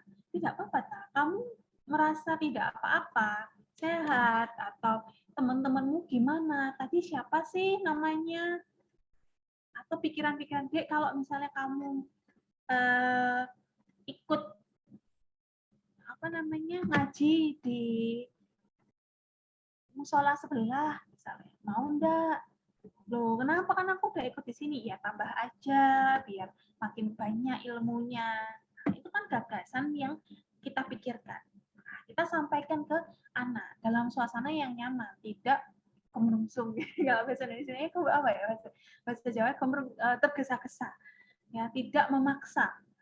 Kita juga bisa cari pandangan mereka. Oh, kamu maunya di tempat ini, misalnya enggak mau di musola itu, maunya di musola yang lain. Kenapa? Oh, di situ soalnya kita lihat dari sisi pandang si anak. Kita tidak bisa memaksakan lagi Bapak Ibu, berbeda dengan zaman kita dulu gitu ya, zaman dahulu yang pokoknya di sini orangnya pinter gitu ya. Nah, saat ini anak juga sudah memiliki pemikirannya masing-masing, dan selama pemikirannya itu baik, kita bisa mempertimbangkan ya. Dan mudah dipahami oleh anak juga ya. Bahasa orang tua jangan selalu tinggi. Kadang kita juga bisa menggunakan bahasa-bahasa yang kekinian. Ya, gimana? Kamu kalau manggil temenmu apa toh? Guys toh, iya guys. Oh guys, ya guys gimana? Hai boy, gimana? Yang membuat anak ini ingin berinteraksi terus-menerus dengan orang tua.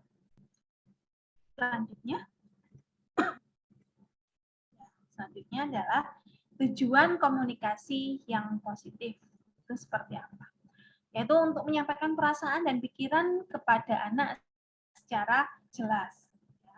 Selanjutnya, memberikan arahan dan perilaku, memberikan arahan perilaku dan nilai yang baik kepada anak. Ya, jadi kita ingin memberikan arahan dan perilaku yang baik, ya dengan berkomunikasi lah yang positif. Kalau komunikasinya negatif, bagaimana kita akan memberikan arahan yang positif? Mama aja ngomongnya udah emosi, marah-marah. Ya, gimana saya mau melakukannya? Ya. Ini loh, cuci piring dulu kok, oh, misalnya. Atau bagaimana bahasa di Madura seperti itu. Ya, udah malas duluan anaknya. Ya, sampaikan dengan baik. Mendampingi anak menemukan jalan keluar dan permasalahannya dari permasalahan yang dia temukan. Nah, kalau kita sudah tidak meninggikan komunikasi positif, anak tidak ingin bercerita dan tidak akan menemukan jalan keluarnya. Jalan keluarnya malah dicari dari luar.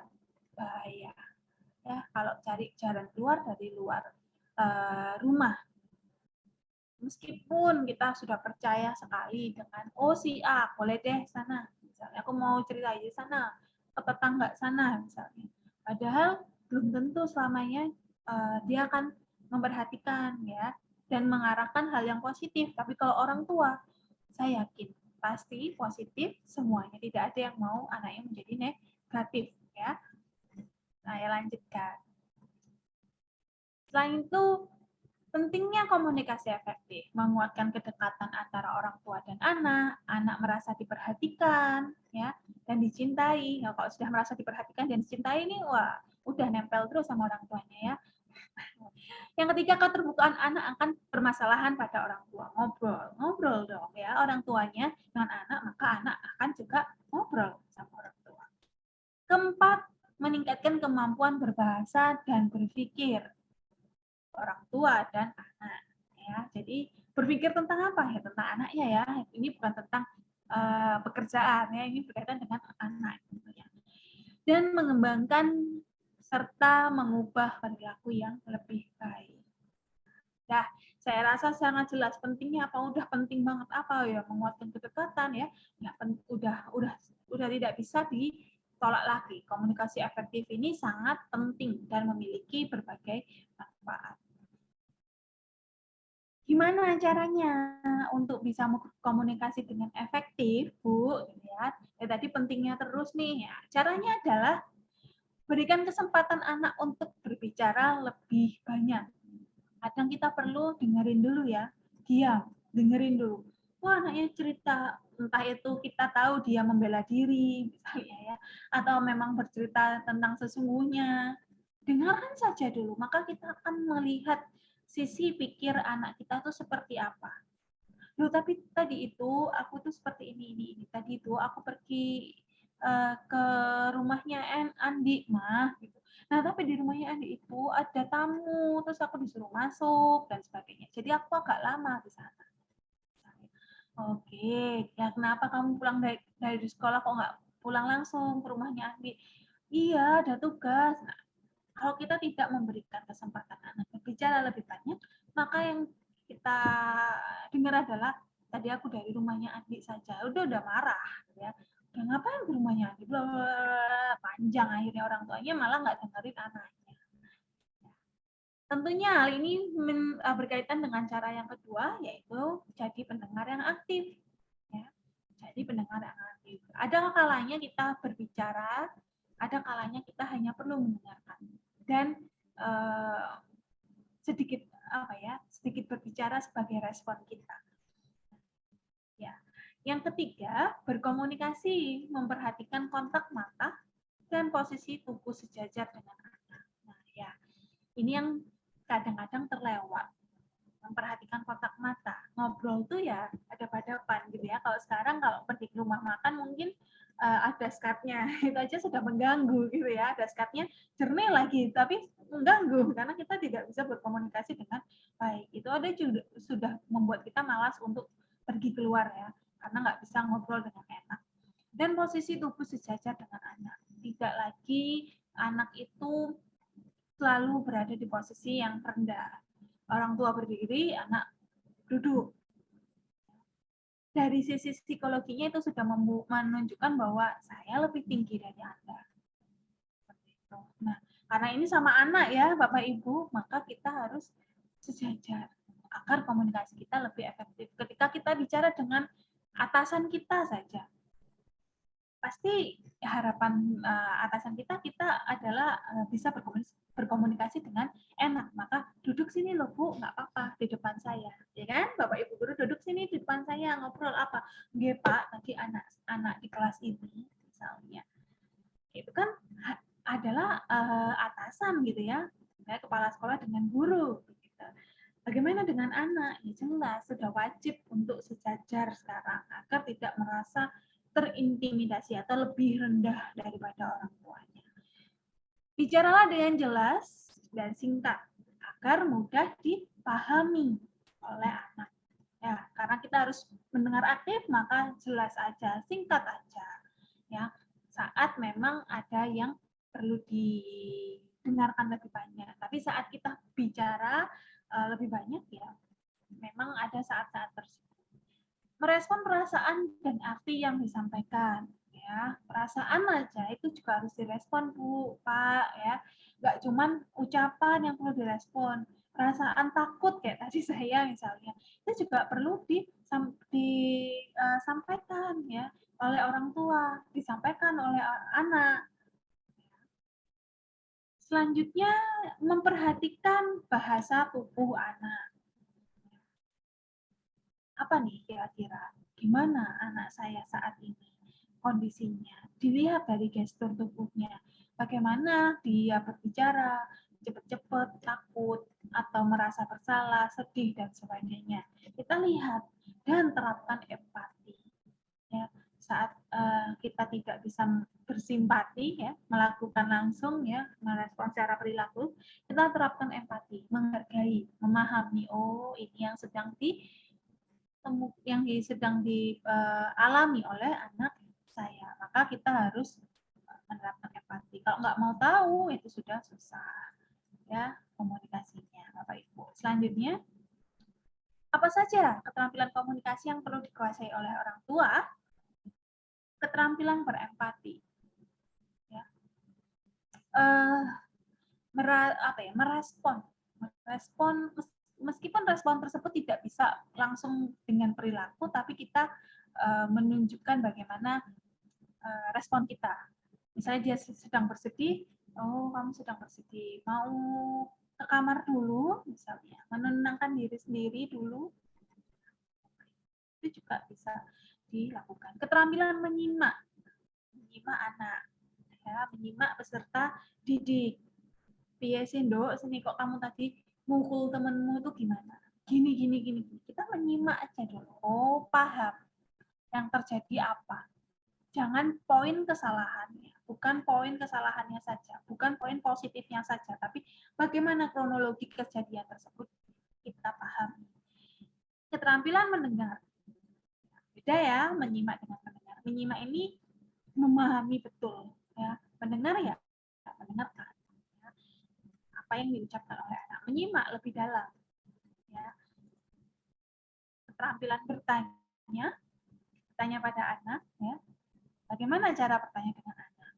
Dengan keras atau lemah lembut atau sedang. Nah, ini biasanya komunikasi antar anak yang terbentuk seperti apa?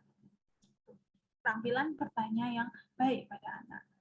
Lalu bercerita dan memberikan umpan balik. Kita juga boleh loh bercerita pada anak, ya, dan tentunya memberikan umpan balik pada anak kita. Sudah. Nah, saat ini coba perhatikan gambar berikut. Nah, kapan Bapak Ibu terakhir memeluk anaknya, ya, saat anaknya merasa sedih, saat anaknya merasa kecewa dengan nilainya sendiri, misalnya dengan teman-temannya, tadi kok temanku gini ya, Bu. Kapan terakhir memeluk anaknya? Kapan terakhir melihat anaknya menangis atau bercerita, ya? Nah, ini kita refleksikan ke belakang gitu ya. Kapan ya saya terakhir melakukan hal ini? Jika sudah lama, coba nanti dipraktikkan, ngobrol sama anak. Gimana di sekolah? Jangan-jangan anak-anak kita menunggu kita untuk bertanya dulu, sehingga dia akan melepaskan unek-uneknya. Ya, coba kita refleksikan bersama. Kapan? Nah, nanti dicek ya, Bu. Kalau sudah lama, Bapak, Ibu, ya, coba dilakukan. Seperti itu. Ngobrol dan saling bertukar cerita. Cara mengkomunikasikan perasaan. Kalau tadi kita sudah tahu ya, kapan ya terakhir, maka kita ingin mengkomunikasikan perasaan kita saat ini. Tadi Ibu habis melakukan pelatihan parenting loh. Ternyata di dalamnya ini. Oh, jangan-jangan anaknya nanti sadar, iya, memang aku nunggu ibu ngobrol, tapi nggak pernah diajak ngobrol. Jangan-jangan seperti itu. Nah, bagaimana cara mengkomunikasikan perasaan? Yaitu mengenali dan menyampaikan kebutuhan diri. Kebutuhan diri kita. Maunya seperti apa sih kita ini, orang tua ini, guru ini? Kita harus tahu dulu kita maunya apa. Dan itu baru bisa disampaikan. Kalau kita sudah nggak tahu, ya nggak mungkin menyampaikan apa yang maunya orang tua. Begitu nggak? Jadi ya harus betul-betul mengenali dan menyampaikan. Dan yang selanjutnya yaitu menceritakan pengalaman masa kecil orang tua sebagai bahan pelajaran. Iya, dulu Mama juga kayak gitu kok, Ibu juga gitu kok, Bapak juga gitu. Nah, jadi ceritanya, cerita dulu nih. Bapak sama Ibu dulu itu gini. Terus apa yang dilakukan oleh orang tua misalnya. Nah, ini yang sering mungkin kita skip ya, apalagi sekarang ya jarang sekali orang tua bertemu secara langsung dengan anak. Kalau di zaman saya dulu, orang tua saya selalu bercerita tentang hal itu. Kebetulan bapak saya ini dari luar kota merantau gitu ya, saya dari Surabaya. Dulu bapak itu ikut orang, tinggal di rumahnya orang. Di sana ngapain gitu? Ya di sana bantu-bantu, ya nyuci piring, ya bersih-bersih, ya jaga toko. Yang penting bapak bisa tinggal di Surabaya untuk waktu itu belum ada kos-kosan mungkin ya, dan belum mampu untuk bayar kos-kosan misalnya. Bapak ya nyuci piring, jaga toko, yang ngelatih, kebetulan bapak saya pelatih silat, yang ngelatih silat, ya melakukan apa, sepedaan, nggak bawa motor kayak sekarang, sepeda ontel gitu ya, karena nggak punya uang. Misalnya waktu itu mungkin saat itu saya cerita kalau saya lagi sedang lelah gitu ya, nggak mau cuci piring misalnya, sedang males gitu ya. Orang tua saya bercerita seperti itu. Ya yang dilakukan seperti itu. Bagaimana caranya? Mengatur waktu. Kapan saya makan segera, tidak nanti-nanti. Nggak ada nanti, langsung. Nah itu akhirnya Bapak bisa perlahan-lahan menyelesaikan masalah, selanjutnya bisa untuk kehidupan dan sebagainya. Nah, itu atau saat mendengar cerita nilainya anaknya jelek, mungkin kita punya pengalaman yang serupa misalnya. Lalu seperti apa harus menyelesaikan? Ya waktu itu Ibu pergi ke rumah teman yang pintar, pinjam bukunya, yang punya buku gitu ya, yang punya buku pinjam, dicatat di sana. Atau dulu zaman orang tua saya katanya kalau di toko buku itu suka mencatat bukunya karena nggak punya uang untuk beli. Jadi ke toko buku dicatat. Nah cerita ya misalnya, Bu saya nggak punya buku ini, ya pinjam aja dulu nggak apa-apa. Dulu Ibu bahkan harus ke toko buku rame-rame mencatat gantian isinya apa. Nah dari situ kita menceritakan bahwa kita juga pernah kok ada di dalam kondisi tersebut. Apa yang kita lakukan itu bisa jadi pelajaran. Oh, seperti ini. Oh, langkah yang saya ambil ini. Meskipun mungkin yang diambil oleh orang tua saat itu adalah salah, diceritakan saja. Justru hal itu menjadikan, oh jadi saya jangan melakukan hal tersebut. Bukan ditutupi. Misalnya, oh iya dulu Ibu selalu nilainya 100, padahal dulu misalnya nilainya 50, misalnya bercanda ya Bu. Nah, misalnya seperti itu. Dari 50 itu bagaimana bisa menyelesaikannya? Nah itu Bu. Jadi bukan hal yang selalu bagus yang diceritakan. Yang negatif justru jadi poin tersendiri untuk anak. Poin tersendiri untuk kita bahwa tidak apa-apa dalam kondisi tersebut. Yang penting menyelesaikannya seperti apa. Yang tentunya mungkin kalau kita gagal, jangan ikuti langkah yang ini. Cari langkah yang lain. Contoh ucapan baik di dalam komunikasi efektif. Nah, ini sebenarnya saya ingin Bapak Ibu sendiri yang langsung baca ini. Kenapa? Karena ini adalah salah satu ucapan ya yang harus dibiasakan oleh orang tua maupun guru. Bagaimana aktivitas hari ini? Coba ayah dan ibu ingin dengar ceritanya. Ini saya ibu-ibu dan bapak-bapak semuanya mengikuti ya. Selamat ya, ayah dan ibu bangga dengan usahamu. Luar biasa, pasti ingin menangis seorang kasih anaknya kalau ayah sama ibunya ngomong kayak gitu. Ini kalau saya lagi bicara ini saja saya agak ini ya bawa emosi karena membayangkan kalau orang tua saya berkata selamat ya, itu pasti saya luluh gitu ya hatinya. Selanjutnya ayah dan ibu menyayangimu nak. Ya, saya harap bapak ibu mengikuti ya. Terima kasih adik sudah bantu ayah dan ibu hari ini. Maafkan ayah dan ibu ya nak. Nah, sudah ada menanyakan, memberikan reward selamat ya, menyampaikan perasaan, berterima kasih. Bahkan hingga pada saat salah kita bisa minta maaf ayah dan ibu sudah melakukan hal tersebut. Justru itu menjadikan anak tahu bagaimana perasaan orang tua sebenarnya. Sudah salah, nggak mau minta maaf, ya itu juga tercermin Bapak Ibu. Ayah dan ibu akan selalu ada untuk kakak dan adik kapanpun dibutuhkan. Dan coba cerita dulu, kenapa kok wajahnya seperti itu? Ini coba pernah nggak ya saya bertanya ini, menyampaikan hal ini gitu ya ke anak atau peserta didik saya. Coba diingat-ingat kapan terakhir saya menanyakan kabarnya, menunggu ceritanya, ya, berterima kasih dan memberikan reward, atau minta maaf jika ada salah. Pernah nggak selama ini? Gitu ya. Itu perlu dipikirkan. Gaya komunikasi yang boleh dilakukan ya positif ya Bu, gaya komunikasinya tentunya baca isyarat tubuh perilaku anak, mendengarkan ungkapan perasaan anak, mendengarkan aktif ya, menggunakan pesan sayang ya, menggunakan kata motivasi, mendukung ya nggak apa-apa. Gini seperti ini bisa kita lakukan seperti ini saja. Susah ya PR-nya. Biasanya kan sekarang anak mengerjakan tugas banyak di rumah ya karena daring ya, masih ada daring dan luring ya sekarang. Jadi di rumah juga ada tugas. Yuk dibantu.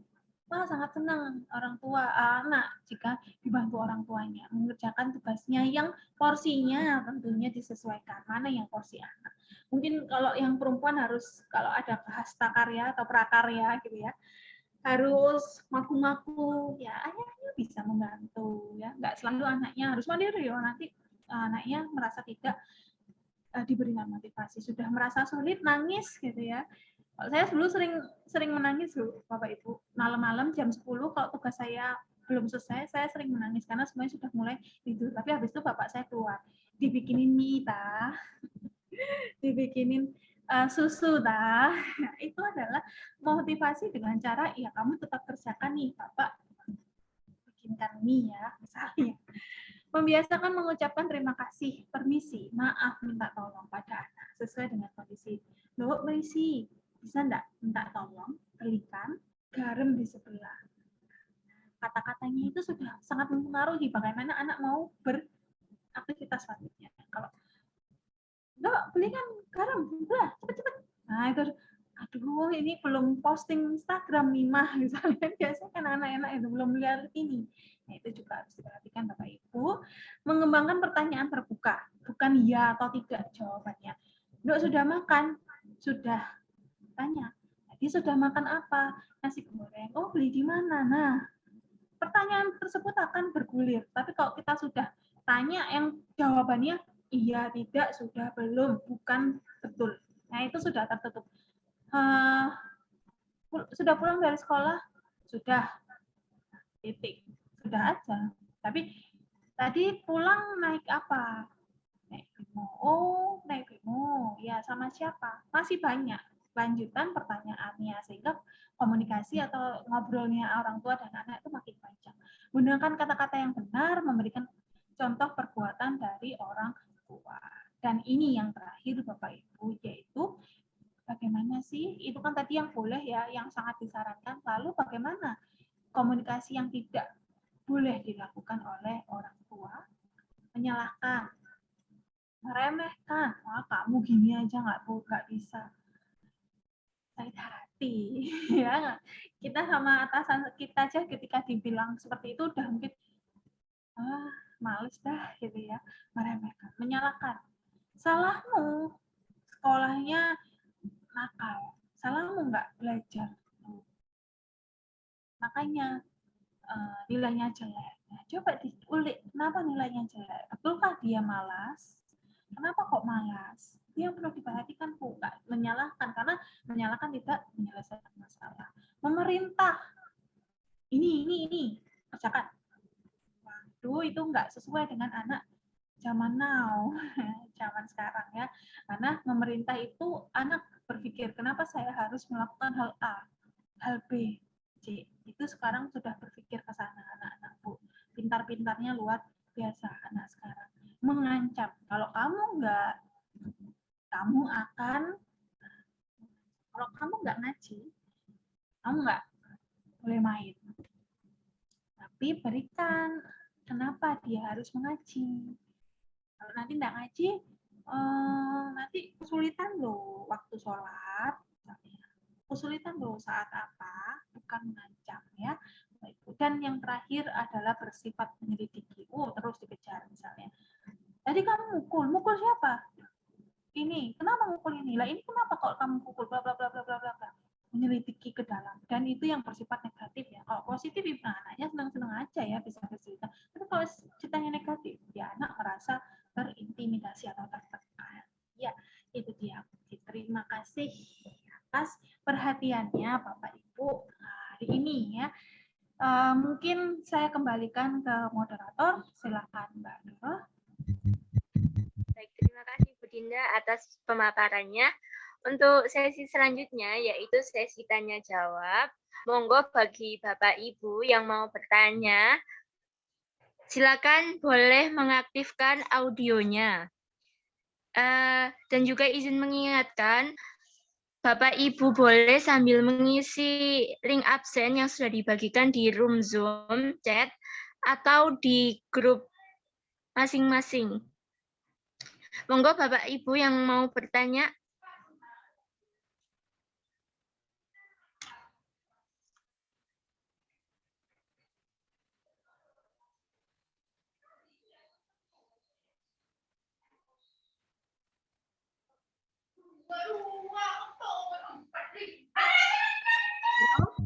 Ini ada yang chat, cuman kebetulan chatnya ini kayaknya masuknya ke chat pribadi saya. Jadi ada pertanyaannya seperti ini, Bu Dinda. Bu, apakah saat kita menceritakan masa-masa kecil kita itu kisah-kisah yang baik saja?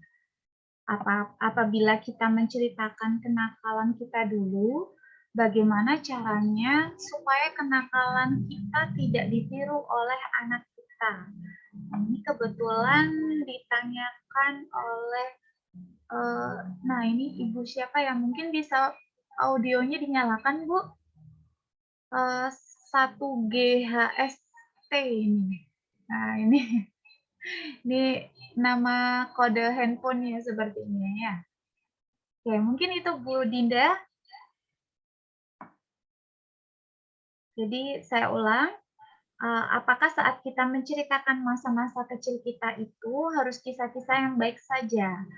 Apabila kita menceritakan kenakalan kita dulu, bagaimana caranya supaya kenakalan kita tidak ditiru oleh anak kita? Begitu. Baik, mungkin bisa langsung dijawab Bu Dinda, nggih. Terima kasih Bu Pit atas pemaparan pertanyaannya. Baik, terima kasih atas pertanyaannya. Terima kasih Bu Pit sudah membantu.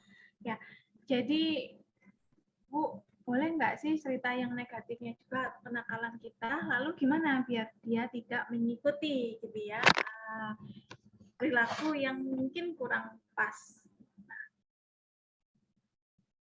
kalau saya menjawab gitu ya, boleh Bu ya bercerita gitu. Dulu mama gitu, dulu ibu suka ngambil pencit, kalau ibu saya selalu cerita tentang itu, ambil pencitnya tetangga. Karena susah cari pencit di zaman dulu gitu, nggak kayak di pasar, kebetulan tinggalnya di Pangkalan Bapak Ibu. Pencitnya tetangga. Iya. Tapi yang digarisbawahi di situ adalah bukan mengambil pencitnya gitu ya, tapi bagaimana selanjutnya, efeknya. Habis itu mama pernah nggak bisa turun dari pohon karena sama orangnya dipasangin monyet akhirnya di pohon itu. Jadi kong kali kong sama temennya mama naik ya, terus ada monyetnya dilepas, dibangun.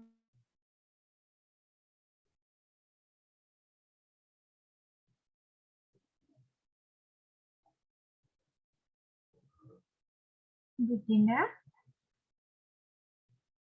Sama orangnya, akhirnya mama nggak bisa turun sampai orang. Nah, hal negatif tersebut bagaimana efeknya?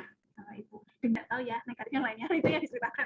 Nah, efeknya itu sehingga iya saya mengambil bahwa ya memang nggak boleh kan Bapak Ibu ya mengambil milik orang lain begitu dengan efek yang diterima oleh ibu saya, atau cerita-cerita yang lain yang berkaitan dengan apa masalahnya anak gitu ya.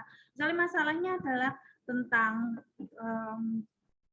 kenakalan kita yang tidak yang bisa mendukung mereka, ya efeknya itu apa, itulah yang dibesarkan sehingga anak itu belajar dari efek tersebut dan tidak meniru, bukan membesarkan sisi negatif atau sisi kenakalannya. Seperti itu kalau ini saya. Begitu Ibu. Mungkin Bu Pipit jika ada yang mau ditambahkan silakan. Ya, oke. Terima kasih Bu Dinda. Izin Mbak Duro. Ya. Untuk jawabannya sebenarnya hampir sama dengan Bu Dinda. Jadi kita diizinkan saja untuk menyampaikan hal apa yang pernah kita lakukan. Sebenarnya hal itu buruk gitu kan. Tinggal bagaimana cara kita menjelaskan. Jadi tujuannya adalah pesannya bukan melakukan hal buruk tadi, tapi efek dampak dari hal buruk tadi. Nah, sehingga dari pertanyaan tadi, ini Bapak atau Ibu ya tadi itu, sehingga kenakalan yang kita lakukan itu tidak terjadi pada anak kita, karena ada lanjutannya. Tadi juga Bu Dinda sudah memberikan penjelasannya. Sering sekali kita melarang anak ya, apalagi pada usia anak SMP ataupun anak SMA, itu kan rentang usia di mana mereka agak, kalau bisa dikatakan sulit diatur, karena memiliki pandangan bahwa saya ini sudah sama, saya tidak lagi seperti anak-anak. Nah, saya tidak lagi anak-anak, saya udah dewasa, karena ada masa transisi tadi. Sehingga saat melakukan sesuatu ataupun menerapkan sebuah aturan-aturan, itu perlu ada sebuah penekanan dan penjelasannya. Jangan hanya mengatakan kamu tidak boleh A, kamu tidak boleh B, kamu tidak boleh C, tapi tidak ada penjelasan lanjutannya. Misalnya, kamu tidak boleh main ke rumahnya si A. Nah, alasannya apa? Nah, apalagi si anak-anak yang di sini masanya usia SMP dan SMA. Pasti kalau ada sebuah larangan, semakin dibuat tantangan bagi mereka. Apa sih sebenarnya alasan dari orang tua saya kenapa melarang? Karena tidak ada penjelasannya.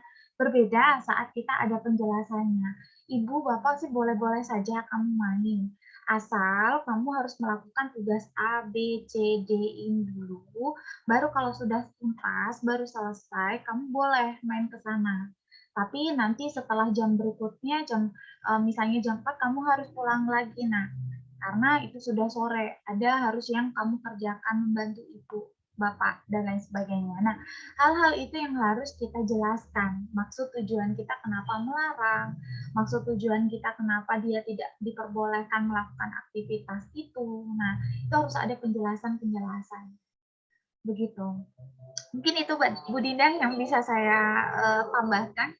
Ini Mbak Duro mungkin bisa melalui Pak siapa ini yang ada di SMA Mutiara ini. Kebetulan gabung ya Pak ya semua ya yang ada di SMA ini. Boleh nih jika ada sebuah pertanyaan silakan mungkin dititipkan seperti itu. Saya kembalikan ke Mbak Duro.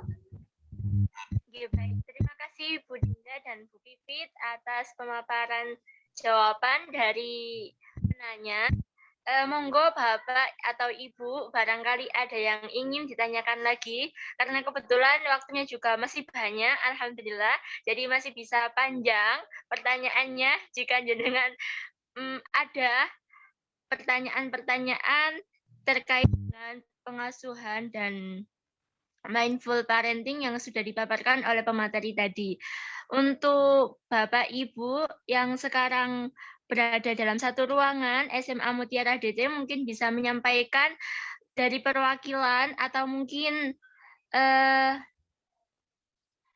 bisa dalam satu device, maksudnya monggo barangkali ada pertanyaan Bapak Ibu bisa langsung mengaktifkan audio atau perwakilan dari Bapak Ibu guru yang ada di sana.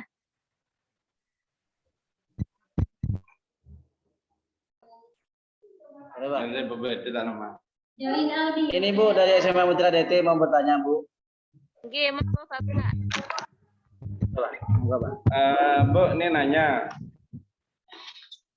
apakah termasuk pola pengasuhan mindful parenting ketika anak yang sudah kuliah diperlakukan karena sangat sayang dengan orang tuanya, terutama ibu, sehingga anak itu berperasaan seperti anak kecil, katakanlah SD atau SMP, sehingga anaknya itu minta saya jangan diperlakukan seperti ini. Apakah itu tidak termasuk mindful parenting atau gimana? Produktif. Okay. Nah, karena ibunya saking sayangnya sehingga perilakunya tetap seperti waktu SMP walaupun sudah kuliah, sehingga anaknya berperasaan lain, sehingga tidak ada titik temu. Anaknya minta dibebaskan dari yang perasaan terlalu sayang, tetapi ibunya tetap sayang, sangat sayang. Gimana untuk mengatasi itu? Untuk menjadikan titik temu antara ibu dan anak itu. Yang ibu tetap sayang sehingga perilakunya diperlakukan seperti SMP, ya, atau masih SMA lah. Dia sudah berperasaan berkuliah tapi tetap diberikan seperti yang dibahas tadi. Kamu tidak boleh begini, kamu harus begini, kamu harus begini, sedangkan dia sudah menentukan sendiri. Ya, saya sudah besar. Ya mungkin itu saja dulu. Ya, saya titik temunya di antara itu. Saya minta titik temu antara ibu dan anak ini supaya tidak saling saling klaim saya jangan diperlakukan seperti anak SMP. Tapi ibunya tetap sayang. Gimana itu untuk menjadikan titik temu di antara keduanya? Supaya tidak berselisih paham terus. Ya, terima kasih. Bapak dengan ibunya maksudnya Pak? Nah, anak dengan ibunya anak itu. dengan ibunya. Ya, ya. Nah, anak dengan ibunya itu berselisih paham karena diperlakukan seperti SMP. Apalagi saya laki. Terima kasih Bapak. Ya, terima kasih Bu. Baik, terima kasih Bapak atas penjelasannya. Ya, bagaimanapun meskipun orang tua anak tetap kecil ya Pak ya. Seperti itu. Untuk berarti inti dari pertanyaan Bapak ini bagaimana? Ibu, audionya Bu. Yang seperti itu, nggih. Monggo Bu Dinda terlebih dahulu. Atau mungkin Bu Pipit, monggo.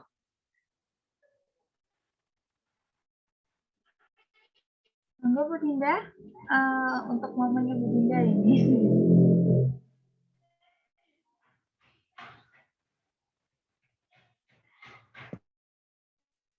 Halo? Iya, mohon maaf karena di laptop barusan kehilangan sinyal, saya langsung pindah ke HP, Mbak Doro, mohon maaf.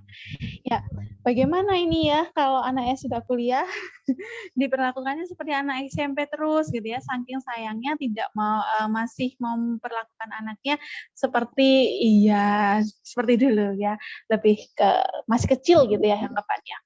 Nah, memang Bapak Ibu untuk di mindful lagi ya, mindful parenting itu tadi kan ya poinnya sadar terhadap apa, sadar saat yang terjadi saat ini gitu ya.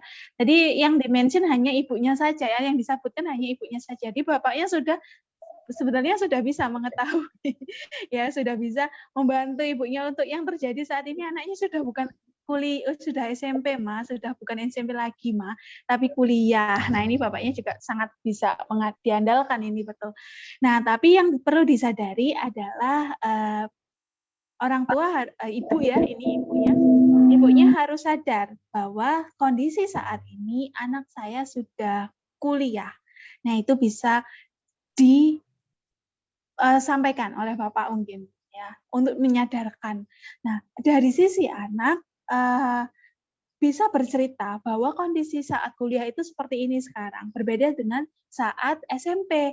Bisa jadi ibu masih melakukan hal tersebut karena tidak tahu apa bedanya dia saat ini dengan dia saat SMP. Yang tahu ibu adalah dia pergi kuliah, cuman sekolahnya aja ini beda gedungnya gitu ya, beda gedungnya aja. Tapi ternyata poin-poin di dalam kuliah itu tentunya berbeda. Usianya sudah berbeda, perkembangannya berbeda, dan sebagainya berbeda. Itu yang mungkin bisa disadari dulu oleh ibu dan bisa dibantu oleh bapak tentunya, karena bapak sudah menyadari terlebih dahulu ini.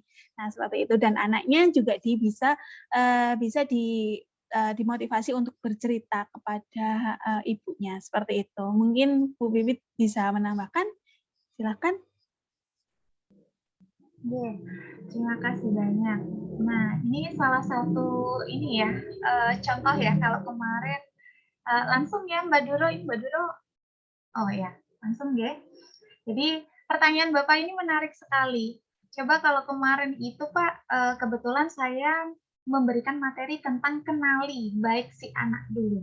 Jadi kenali dulu gitu kan, siapa orang yang akan kita berikan pengasuhan. Nah, kenali pada masa-masa perkembangannya. Kalau pada masa anak-anak, bagaimana perlakuannya? Kalau masa pada remaja, bagaimana perlakuannya? Remaja pun di sini dibagi menjadi dua. Remaja di mana usia SMP dan remaja di mana usia SMA. Dua karakter remaja ini sudah memiliki perbedaan perlakuan. Nah, kalau tadi si ibu yang masih merasa bahwa anaknya ini adalah usia SD, mungkin bisa dikatakan nanti akan merugi pada ibunya sendiri. Karena sudah pasti si anak tidak akan menginginkan perlakuan itu diberikan. Nah, maka harus dirubah konsep berpikirnya dari orang tua ini. Oke, anak sekarang ini selamanya dalam pandangan orang tua itu anak itu pasti anak kecil. Tapi di sini sekali lagi sesuaikan dengan tahapan usia dan kebutuhannya. Kalau pada masa anak remaja di sini butuh namanya sebuah pengakuan, ya ikutin di sana bahwa dia butuh namanya pengakuan. Tinggal bagaimana caranya. Nah, di sini juga butuh namanya support system antara ayah dengan ibu. Dalam memberikan perlakuan, bisa berdiskusi dari pihak ayah memberikan penjelasan kepada si ibu juga bisa menjelaskan nih, sebenarnya maksud saya seperti ini loh ya, gitu. Sebelum kita memberikan pengasuhan itu kepada si anak. Jadi boleh di sini berdiskusi terlebih dahulu untuk memberikan sebuah tindakan kepada anak. Ada Bapak, saya coba jelaskan sedikit di sini. Kalau kita mengikut tentang namanya pengasuhan itu ada 3 model bentuk.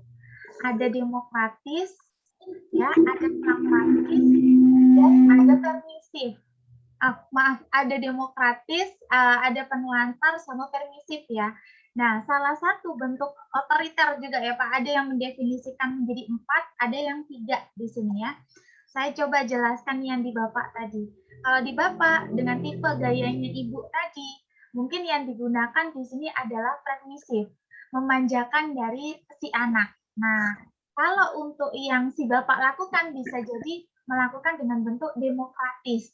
Nah, maka sebenarnya pola asuh yang paling tepat ini adalah pola asuh demokratis. Apa sih yang diinginkan oleh si anak? Apa sih yang diinginkan oleh orang tua? Mari coba di sini dibicarakan bersama-sama. Itu akan lebih bisa mengena di sini. Kita tahu dari sudut pandang menginginkan anak itu seperti apa. Dari sudut pandang anak, dia juga tahu apa sih sebenarnya yang diinginkan oleh ayah ibu kita. Nah, itu demokratis. Tapi kalau memanjakan tadi ya Pak ya, sistem dari memanjakan yang diuntungkan bisa jadi si anak gitu kan, yang diuntungkan si anak, si orang tua akan merasa bahwa ini akan dikuasai dari si anak lah, apa-apa nanti akan dibutuhi, apa dikasih sama namanya orang tua. Nah, tapi di sisi lain kadang si anak juga nggak suka gitu kan, dibegitukan terus. Pada kondisi masyarakat, anak merasa bahwa, aduh aku kan anak kecil lagi, kan merasa malu juga gitu, bayangkan. Ya kita tahu bahwa sebagai anak yang sudah dewasa, SMP, SMA, merasa bahwa ya saya adalah anak dari mama papa. Tapi kadang-kadang anak merasa malu ya, saat si orang tuanya tiba-tiba negur di depannya kawan-kawannya. Nah, itu kan kadang kita juga harus tahu waktu-waktu yang tepat saat kita misalnya mencoba untuk mencurahkan dari bentuk kasih sayang kita, itu kita harus tahu masa-masanya. Dan kapan si anak itu butuh, dan kapan si anak itu butuh menjadi seorang anak yang sebenarnya yang ingin sangat-sangat dimanja, dan kapan si anak butuh namanya pengakuan terhadap suatu hasil yang sudah dilakukan. Nah, itu sebenarnya konsep mindful. Jadi kesadaran ini tidak hanya fokus ya, tidak hanya fokus pada sisi sadar secara pikiran saja atau perasaan saja, tapi perilaku pun juga harus diterapkan di sini. Nah, itu ya, tadi sudah dijelaskan juga sama Bu Dinda, ada 3 ya, 3 yang harus kita lakukan sebuah perubahan dalam mindful parenting. Mungkin itu Mbak Duro, barangkali ada tanggapan dari Bapak yang tadi bertanya. Oke, baik. Terima kasih Bu Pipi dan Bu Dinda atas jawabannya. Monggo Bapak yang tadi bertanya, barangkali ada tanggapan atau ada pertanyaan lagi yang ingin komputernya.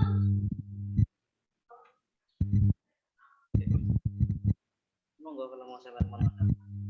Ya, untuk sementara jelas dulu, Bu. Tapi saya minta penilaian, Bu ya. Ini contoh kasus yang bisa kita lihat sehari-hari. Kalau pengasuhannya seperti di sinetron ya, saya ambil di sinetron apa ya? Wali 5 itu, gimana itu yang Ismet itu? Yang gitu. Terus ibunya marah-marah. Itu pengasuhan yang model bagaimana? Ya, coba contoh kasus itu aja. Apakah betul yang seperti itu di pasar lagi?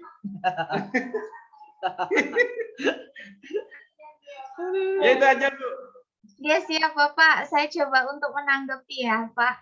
Jadi memang betul Pak, apa yang kita lakukan saat ini itu nanti akan berpengaruh ke depannya Bapak. Sedikit ya Pak, karena saya tidak pernah melihat namanya sinetron Wali ya kebetulan ya. Tapi kalau cerita dari yang ada kata-kata yang manja sekali ya sama si ibunya ya, anak tunggal kalau nggak salah ya. Nah ini coba dikira-cek ya Pak. Seperti ya ibunya galak malah. Ibunya galak. Sebenarnya ibunya bukan galak loh Pak. Kalau saya melihat sekilas itu ibunya bukan galak, tapi ibunya itu terlalu istilahnya di sini dikit-dikit tidak boleh gitu. Si anak melakukan tindakan itu khawatir, ada kekhawatiran yang terlalu besar dari diri si ibu itu tadi. Jadi mirip dengan pertanyaan saya itu. Gimana Bu? Mirip dengan pertanyaan saya. Mirip-mirip kan perlakuannya seperti itu. Iya, oke. Nah, alhasil ada 2 karakter Bapak nanti akan dihasilkan. 1 karakter, mohon maaf nih Pak karena setiap pola asuh itu pasti ada dampaknya. Ada tipe pola asuh yang dimana dia selalu memanjakan anak, kekhawatiran anak yang terlalu berlebih, si anak pengen berperilaku A, tapi si orang tua sudah berpikir kamu jangan melakukan itu nanti begini. Padahal belum dilakukan, tapi si orang tua sudah memiliki batasan-batasan. Yang terjadi anak pada akhirnya nanti saat dewasa dia kurang peka penyesuaian diri terhadap lingkungan masyarakatnya, ada ketakutan atau ketidakberanian dia melakukan tindak sesuatu, dikit-dikit masih tergantung dengan orang tuanya. Yang ketiga, bisa jadi si anak ini bisa melakukan namanya sebuah kesalahan, kefatalan yang mengakibatkan si anak ujung-ujungnya dia merasa bersalah sangat berlebih di situ Pak. Jadi ada beberapa faktor dampak-dampak yang nanti akan diakibatkan dari pola pengasuhan. Ada juga Pak, mohon maaf, pola asuh otoriter. Pola asuh otoriter itu seringnya namanya orang tua itu, ya itu tadi ya Pak, bahasanya memarahi. Tapi kalau yang ada di Wali itu sebenarnya bukan otoriter Bapak. Dia lebih kepada permisif tadi Pak. Jadi lebih kepada memanjakan. Tapi kalau otoriter itu lebih pada apapun kemauan dari orang tua itu harus dituruti oleh anak. Misalnya, si orang tua menginginkan kamu masuk ke kedokteran ya, mau tidak mau pokoknya kamu masuk ke kedokteran. Nah, oke, semua biaya akan Bapak Ibu tanggung. Padahal sisi dari kemampuan si anak tidak bisa mencapai namanya fase ke kedokteran itu tadi. Tapi orang tua tetap memaksakan. Ujung-ujungnya efek dampaknya dia memang akan menjadi anak yang patuh, tapi nanti dewasanya saat dia di-repress terus ada suatu bentuk kekecewaan ataupun misalnya dia gagal, dia nanti akan merasa menyalahkan namanya orang tua. Itu dulu kan Bapak Ibu yang menyuruh saya tidak pernah menginginkan hal itu. Nah, itu nanti akan menjadi berontak dan lain sebagainya, Pak. Itu kalau di akhir. Nah, maka pola asuh yang tepat, sekali lagi di sini yang harus diterapkan di dalam mindful itu adalah pola asuh demokratis. Di mana dari pihak orang tua ataupun si anak itu benar-benar berkolaborasi di sini. Apa sih yang diinginkan oleh orang tua, apa sih yang diinginkan oleh anak. Harapan besar Bapak di sini dari si ibu jangan terlalu memperlakukan anak juga istilahnya di sini berlebih ya. Jadi sesuaikan dengan kebutuhan yang saat ini. Mungkin diajak berkomunikasi saja. Sebenarnya apa sih yang anak harapkan? Nah, si ibu harapkan. Nah, kenapa ibu melakukan itu? Kenapa kamu tidak diperbolehkan itu? Ibu khawatir. Nah, nanti si anak juga akan mampu menjelaskan. Bu, kekhawatiran Ibu begini-begini. Harapannya ada sebuah komunikasi itu tadi, Pak. Komunikasi efektif. Biar selama ini tidak hanya dari sudut pandang dari orang tua saja, kita membenarkan dari perilaku kita saja. Tapi bisa jadi perilaku kita tidak diterima oleh si anak. Atau si anak pun juga di sini merasa bahwa perilakunya benar terus. Padahal bagi orang tua, perilaku anak itu tadi tidak tepat gitu. Cuma bagaimana cara menyampaikannya, ini harus dibutuhkan namanya komunikasi. Nah, seperti itu Bapak. Ibu, cukup. Jumatan, Bu. Oke, siap.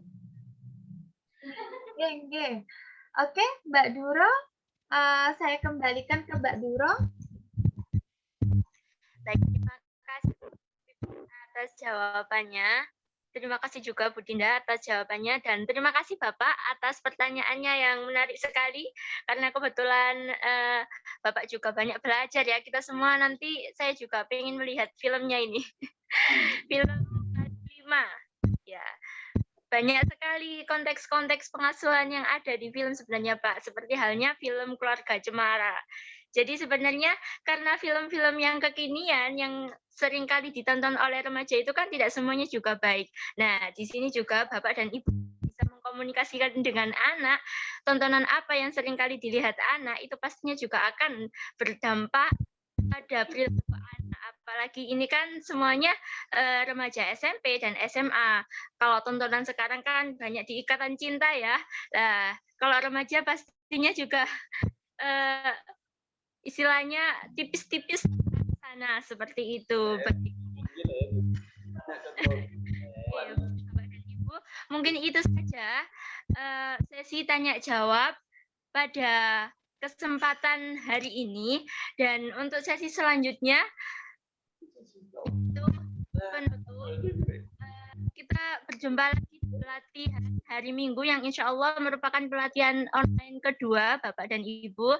Terima kasih banyak atas partisipasi panjenengan semua di pelatihan online hari ini. Semoga bisa membawa manfaat dan barokah.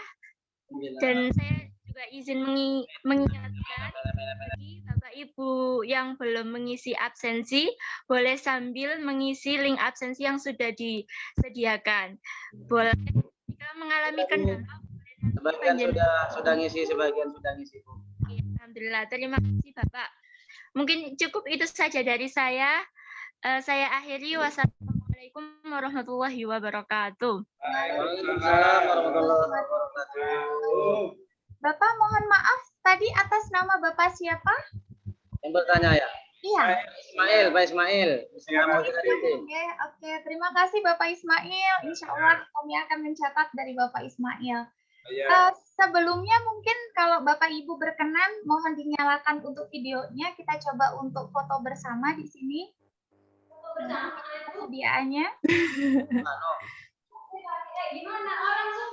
Anu aja Bu, kan nyalakan ya? Oke, Bapak Ibu. Nyalakan videonya. Jadi nanti Yeah. Terima kasih banyak Bapak, Ibu. Saya hitung mundur nggih. Nah, nggih. Alhamdulillah. Saya hitung mundur nggih Bapak. 3, 2, 1. Nggih. Terima kasih Bapak Ibu semuanya. Insya Allah nanti rekodnya saya coba untuk memberikan di grup. Semoga sehat selalu dan berkah selalu. Ya Bu, sama-sama Bu. Mengganggu. Assalamualaikum warahmatullahi wabarakatuh. Waalaikumsalam warahmatullahi wabarakatuh.